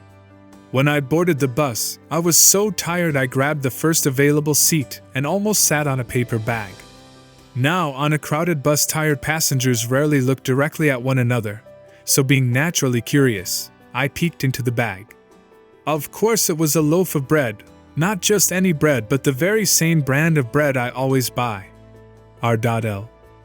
Trifles, all trifles, but they produce their trivia without price. Imagining accomplished these things without the means generally reputed necessary to do so. Man rates wealth in a way that bears no relation to real values. Come, buy wine and milk without money and without price. Isaiah 55 verse 1. Chapter 14. The creative moment. The natural man does not receive the gifts of the Spirit of God, for they are folly to him, and he is not able to understand them because they are spiritually discerned. 1 Corinthians 2 verse 14. There is a moment in each day that Satan cannot find, nor can his watch fiends find it. But the industrious find this moment, and it multiply, and when it once is found it renovates every moment of the day if rightly placed. Blake. Whenever we imagine things as they ought to be, rather than as they seem to be, is the moment. For in that moment, the spiritual man's work is done, and all the great events of time start forth to mold a world in harmony with that moment's altered pattern. Satan, Blake writes, is a reactor. He never acts, he only reacts. And if our attitude to the happenings of the day is reactionary, are we not playing Satan's part? Man is only reacting in his natural or Satan state. He never acts or creates, he only reacts or recreates. One real creative moment, one real feeling of the wish fulfilled, is worth more than the whole natural life of reaction. In such a moment, God's work is done. Once more, we may say with Blake, God only acts and is, in existing beings or men. The marriage of heaven and hell, 1793. There is an imaginal past and an imaginal future. If, by reacting, the past is recreated into the present, so, by acting out our dreams of fancy can the future be brought into the present. I feel now the future in the instant. William Shakespeare, Macbeth. The spiritual man acts, for him, anything that he wants to do, he can do and do at once, in his imagination, and his motto is always, the moment is now. Behold, now is the acceptable time. Behold, now is the day of salvation. 2 Corinthians 6 verse 2. Nothing stands between man and the fulfillment of his dream but facts. And facts are the creations of imagining. If man changes his imagining, he will change the facts. This story tells of a young woman who found the moment, and by acting out her dream of fancy, brought the future into the instant, not realizing what she had done until the final scene. The incident related below must appear to be coincidence to those never exposed to your teaching, but I know I observed an imaginative act take solid form in, perhaps, for minutes. I believe you will be interested in reading this account, written down, exactly as it happened, a few minutes after the actual occurrence, yesterday morning. I was driving my car east on Sunset Boulevard, in the center lane of traffic, braking slowly to stop for a red signal at a three-way intersection, when my attention was caught by the sight of an elderly lady, dressed all in gray, running across the street in front of my car. Her arm was raised, signaling to the driver of a bus which was beginning to pull away from the curb. She was obviously attempting to cross in front of the bus to delay it. The driver slowed his vehicle and I thought would allow her to enter. Instead, as she jumped onto the curb, the bus pulled away, leaving her standing just in the act of lowering her arm. She turned and walked swiftly toward a nearby phone booth. As my signal changed to green and I put my car in motion, I wished I had been behind the bus and had been able to offer her a ride. Her extreme agitation was obvious even from the distance I was away from her. My wish instantly fulfilled itself in a mental drama, and as I drove away, the fancy played itself out in the following scene. I opened the car door and a lady dressed in gray stepped in, smilingly relieved and thanking me profusely. She was out of breath from running and said, "I only have a few blocks to go. I'm meeting friends and I was so afraid they would leave without me when I missed my bus." I left my imaginary lady out a few blocks farther on, and she was delighted to observe her friends still waiting for her. She thanked me again and walked away. The entire mental scene was spanned in the time it takes to drive 1 block at a normal rate of speed. The fancy satisfied my feelings regarding the real incident, and I immediately forgot it. 4 blocks farther, I was still in the center lane and again had to stop for a red signal. My attention at this time was turned inward on something I have now forgotten, when suddenly someone tapped on the closed window of my car and I looked up to see a lovely appearing elderly lady with gray hair, dressed all in gray. Smiling, she asked if she might ride a few blocks with me as she had missed her bus. She was out of breath, as though from running, and I was so stunned by her sudden appearance in the middle of a busy street at my window that for a moment I could only react physically, and without answering, leaned over and opened my car door. She got in and said, "It's so annoying to rush so and then miss a bus. I wouldn't have imposed on you like this, but I'm supposed to meet some friends a few blocks down the street, and if I had to walk now, I would miss them." 6 blocks farther on, she exclaimed, "Oh, good. They're still waiting for me." I let her out, and she thanked me again and walked away. I'm afraid I drove to my own destination by automatic reflex, for I had fully recognized that I had just observed a waking dream take form in physical action. I recognized what was happening while it was happening. As soon as I could, I wrote down each part of the incident and found a startling consistency between the waking dream and the subsequent reality. Both women were elderly, gracious in manner, dressed all in gray, and out of breath from hurrying to catch a bus and missing it. Both wished to meet friends, who for some reason could not wait for them much longer, and both left my car within the space of a few blocks after successfully completing their contact with their friends. I am amazed, confounded, and elated. If there is no such thing as coincidence or accident, then I witnessed imagination become reality almost instantaneously. J.R.B. There is a moment in each day that Satan cannot find, nor can his watch fiends find it, but the industrious find this moment, and it multiply, and when it once is found it renovates every moment of the day if rightly placed. From the first time I read your search, I have longed to experience a vision. Since you have told us of the promise, this desire has been intensified. I want to tell you of my vision, which was a glorious answer to my prayer, but I am sure I would not have had this experience were it not for something that occurred 2 weeks ago. It was necessary for me to park my car some distance from the university building where I was scheduled to conduct my class. As I left my car, I was conscious of the stillness about me. The street was completely deserted, no one was in sight. Suddenly, I heard a most frightful cursing voice. I looked toward the sound and saw a man brandishing a cane, yelling, between vile words, "I'll kill you!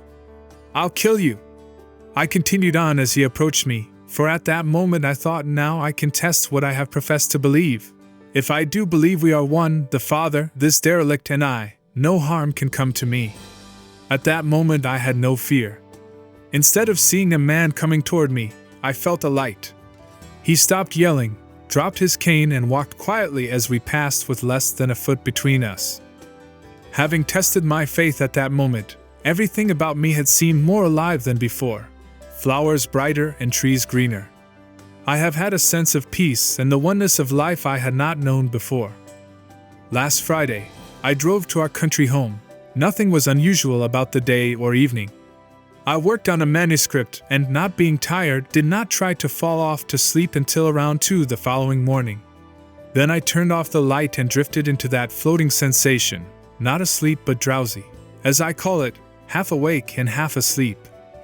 Often, while in this state, lovely, unknown faces float before me, but this morning the experience was different.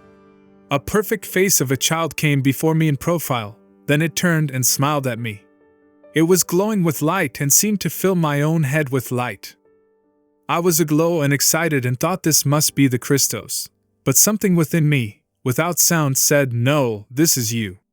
I feel I will never be the same again, and someday I may experience the promised G.B. Our dreams will all be realized from the time that we know that imagining creates reality, an act.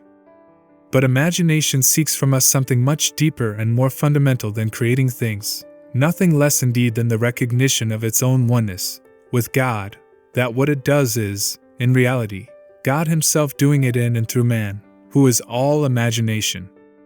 Chapter 15. The Promise. For mystical experiences. In all I have related thus far, with the exception of GB's vision of the child, imagination was consciously exercised. Men and women created stage plays in their imagination, plays implying the fulfillment of their desires. Then, by imagining themselves participating in these dramas, they created that which their imaginal acts implied. This is the wise use of God's law. But, no man is justified before God by the law. Galatians 3 verse 11. Many people are interested in imaginism as a way of life, but are not at all interested in its framework of faith, a faith leading to the fulfillment of God's promise. I will raise up your son after you, who shall come forth from your body. I will be his father, and he shall be my son. 2 Samuel 7 verses 12 to 14. The promise that God will bring forth from our body a son who will be born, not of blood nor of the will of the flesh nor of the will of man, but of God. John 1 verse 13, does not concern them. They want to know God's law, not His promise. However, this miraculous birth has been stated clearly as a must for all mankind from the earliest days of the Christian fellowship. You must be born from above. John 3:7. My purpose here is to state it again, and to state it in such language and with such reference to my own personal mystical experiences that the reader will see that this birth from above is far more than a part of a dispensable superstructure, that it is the sole purpose for God's creation. Specifically, my purpose in recording these four mystical experiences is to show what Jesus Christ, the faithful witness, the firstborn from the dead, Revelation 1 verse 5, was trying to say about this birth from above. How can men preach unless they are sent? Romans 10 verse 15. Many years ago, I was taken in spirit into a divine society, a society of men in whom God is awake. Though it may seem strange, the gods do truly meet. As I entered this society, the first to greet me was the embodiment of infinite might. His was a power unknown to mortals. I was then taken to meet infinite love. He asked me, "What is the greatest thing in the world?" I answered him in the words of Paul, "Faith, hope, and love, these three, but the greatest of these is love." 1 Corinthians 13 verse 13. At that moment, he embraced me and our bodies fused and became one body. I was knit to him and loved him as my own soul. The words, "love of God," so often a mere phrase, were now a reality with a tremendous meaning. Nothing ever imagined by man could be compared with this love which man feels through his union with love. The most intimate relationship on earth is like living in separate cells compared with this union. While I was in this state of supreme delight, a voice from outer space shouted, "Down with the blue bloods!" At this blast, I found myself standing before the one who had first greeted me, he who embodied infinite might. He looked into my eyes, and without the use of words or mouth, I heard what he told me. Time to act. I was suddenly whisked out of that divine society and returned to earth. I was tormented by my limitations of understanding, but I knew that on that day the divine society had chosen me as a companion and sent me to preach Christ, God's promise to man. My mystical experiences have brought me to accept literally the saying that all the world's a stage, and to believe that God plays all the parts. The purpose of the play? To transform man, the created, into God, the creator. God loved man, his created, and became man in faith that this act of self-commission would transform man, the created, into God, the creator. The play begins with the crucifixion of God on man, as man, and ends with the resurrection of man, as God. God becomes as we are, that we may be as he is. God becomes man that man may become, first, a living being, and secondly, a life-giving spirit. I have been crucified with Christ. It is no longer I who live, but Christ who lives in me, and the life I now live in the flesh I live by faith in the Son of God, who loved me and gave himself for me. Galatians 2 verse 20. God took upon himself the form of man and became obedient unto death, even death on the cross of man, and is crucified on Golgotha, the skull of man. God himself enters death's door, the human skull, and lies down in the grave of man to make man a living being.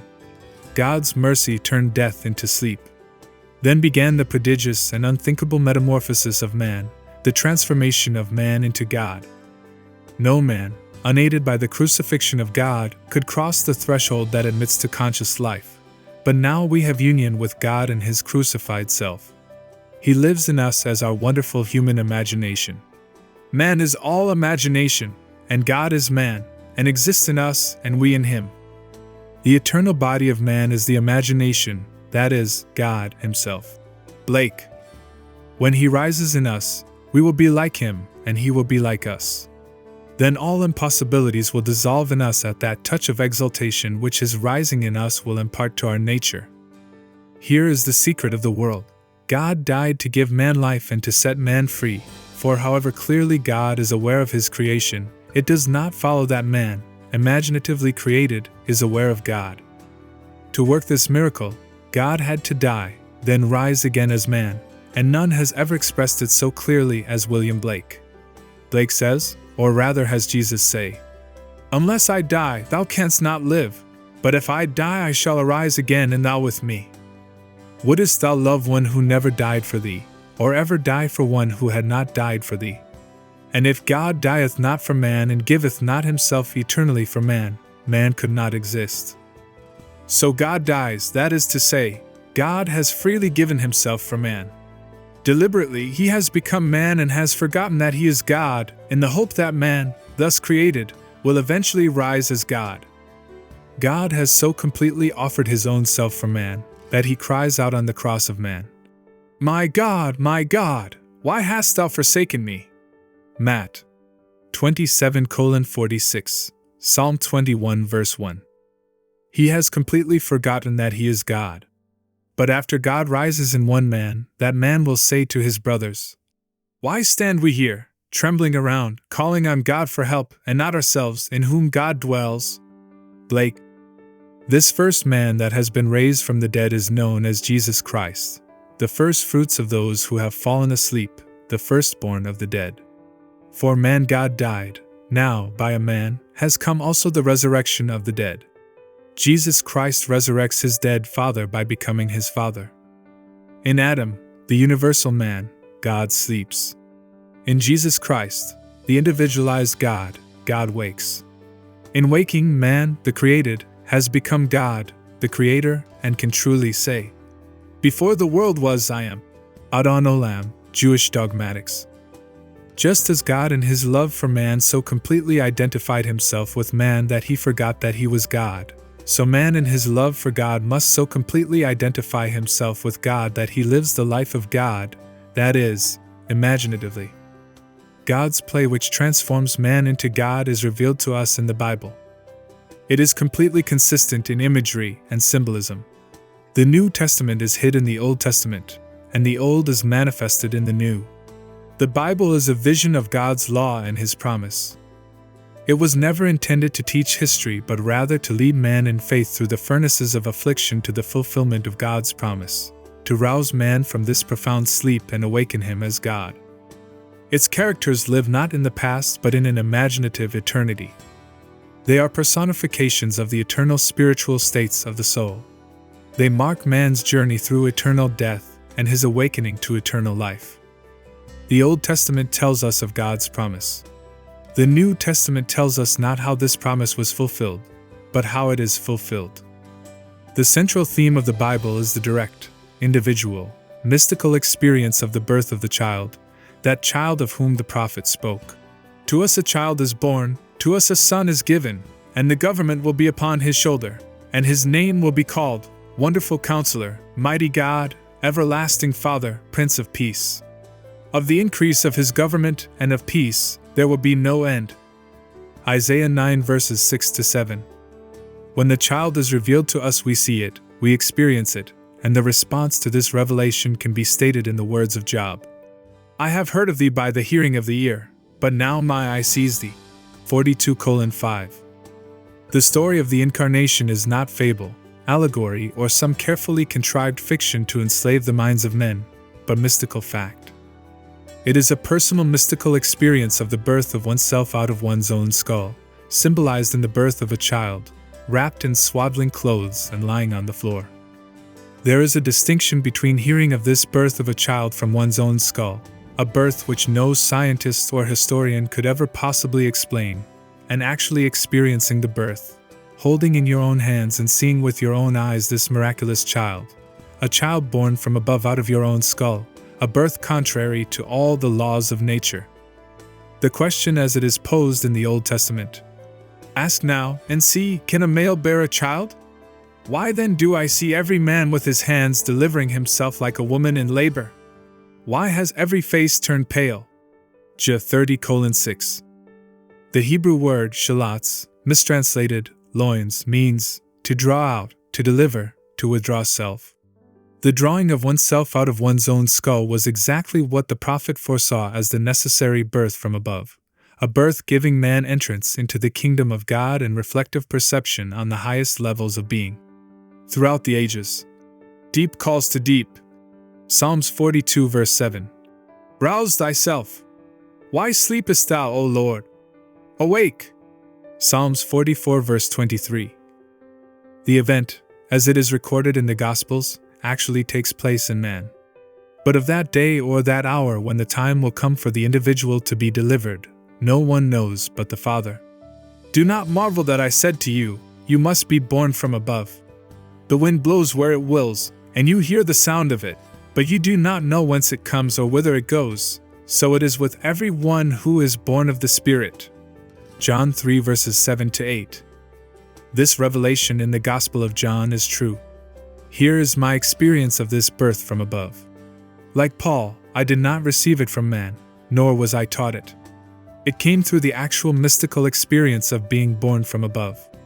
None can speak truly of this mystical birth from above but one who has experienced it. I had no idea that this birth from above was literally true. Who, before the experience, could believe that the child, the wonderful counselor, the mighty God, the everlasting Father, the Prince of Peace was enwoven in his own skull? Who, before the experience, would understand that his Maker is his husband and the Lord of hosts is his name? Isaiah 54:5.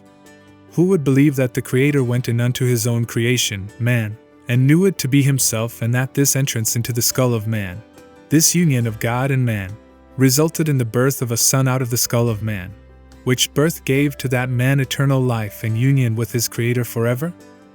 If I now tell what I experienced that night, I do so not to impose my ideas on others, but that I may give hope to those who, like Nicodemus, wonder.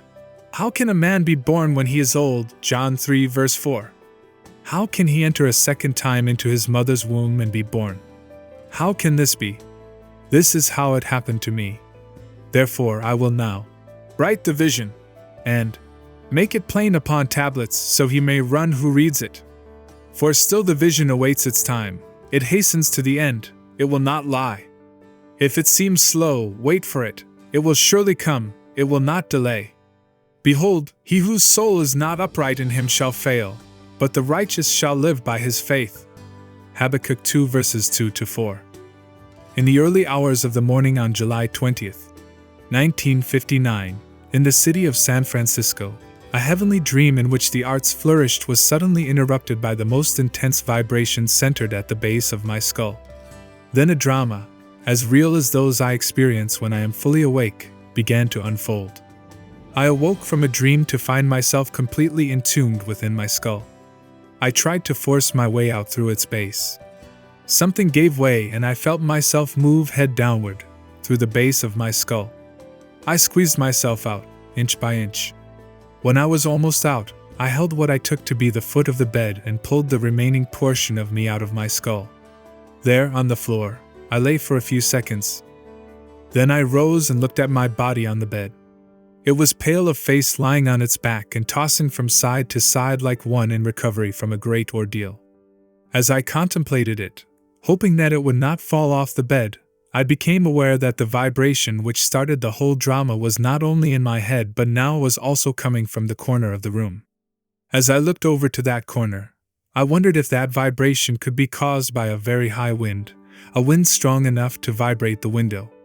I did not realize that the vibration which I still felt within my head was related to that which seemed to be coming from the corner of the room. Looking back to the bed, I discovered that my body was gone, but in its place sat my 3 older brothers. My oldest brother sat where the head was. My second and third brothers sat where the feet were. None seemed to be aware of me, although I was aware of them and could discern their thoughts.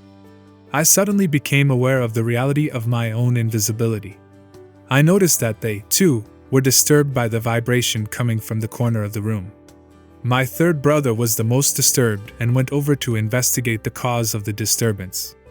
His attention was attracted by something on the floor, and looking down he announced, "It's Neville's baby." My other 2 brothers, in most incredulous voices, asked, "How can Neville have a baby?" My brother lifted the infant wrapped in swaddling clothes and laid him on the bed. I then, with my invisible hands, lifted the babe and asked him, "How is my sweetheart?" He looked into my eyes and smiled, and I awoke in this world to ponder this greatest of my many mystical experiences. Tennyson has a description of death as a warrior, a skeleton, high on a night black horse, issuing forth at midnight. But when Gareth's sword cut through the skull, there was in it the bright face of a blooming boy, fresh as a flower newborn. Idylls of the King. 2 other visions I will tell because they bear out the truth of my assertion that the Bible is mystical fact, that everything written about the promised child in the law of Moses and the prophets and the Psalms must be mystically experienced in the imagination of the individual. The child's birth is a sign and a portent, signaling the resurrection of David, the Lord's anointed, of whom he said, "You are my son, today I have begotten you." Psalms 2 verse 7. 5 months after the birth of the child, on the morning of December 6, 1959, in the city of Los Angeles, a vibration similar to the one which preceded his birth started in my head. This time its intensity was centered at the top of my head. Then came a sudden explosion, and I found myself in a modestly furnished room. There, leaning against the side of an open door, was my son David of biblical fame. He was a lad in his early teens. What struck me forcibly about him was the unusual beauty of his face and figure. He was, as he is described in the first book of Samuel, ruddy, with beautiful eyes and very handsome, 16:12, 17:42. Not for one moment did I feel myself to be anyone other than who I am now. Yet I knew that this lad, David, was my son, and he knew that I was his father, for the wisdom from above is without uncertainty. But the wisdom that is from above is first pure, then peaceable, gentle, and easy to be entreated, full of mercy and good fruits, without partiality, and without hypocrisy. James 3 verse 17. As I sat there contemplating the beauty of my son, the vision faded, and I awoke. "I and the children whom the Lord has given me are signs and portents in Israel from the Lord of hosts, who dwells on Mount Zion." Is 8:18. God gave me David as my very own son. "I will raise up your son after you, who shall come forth from your body.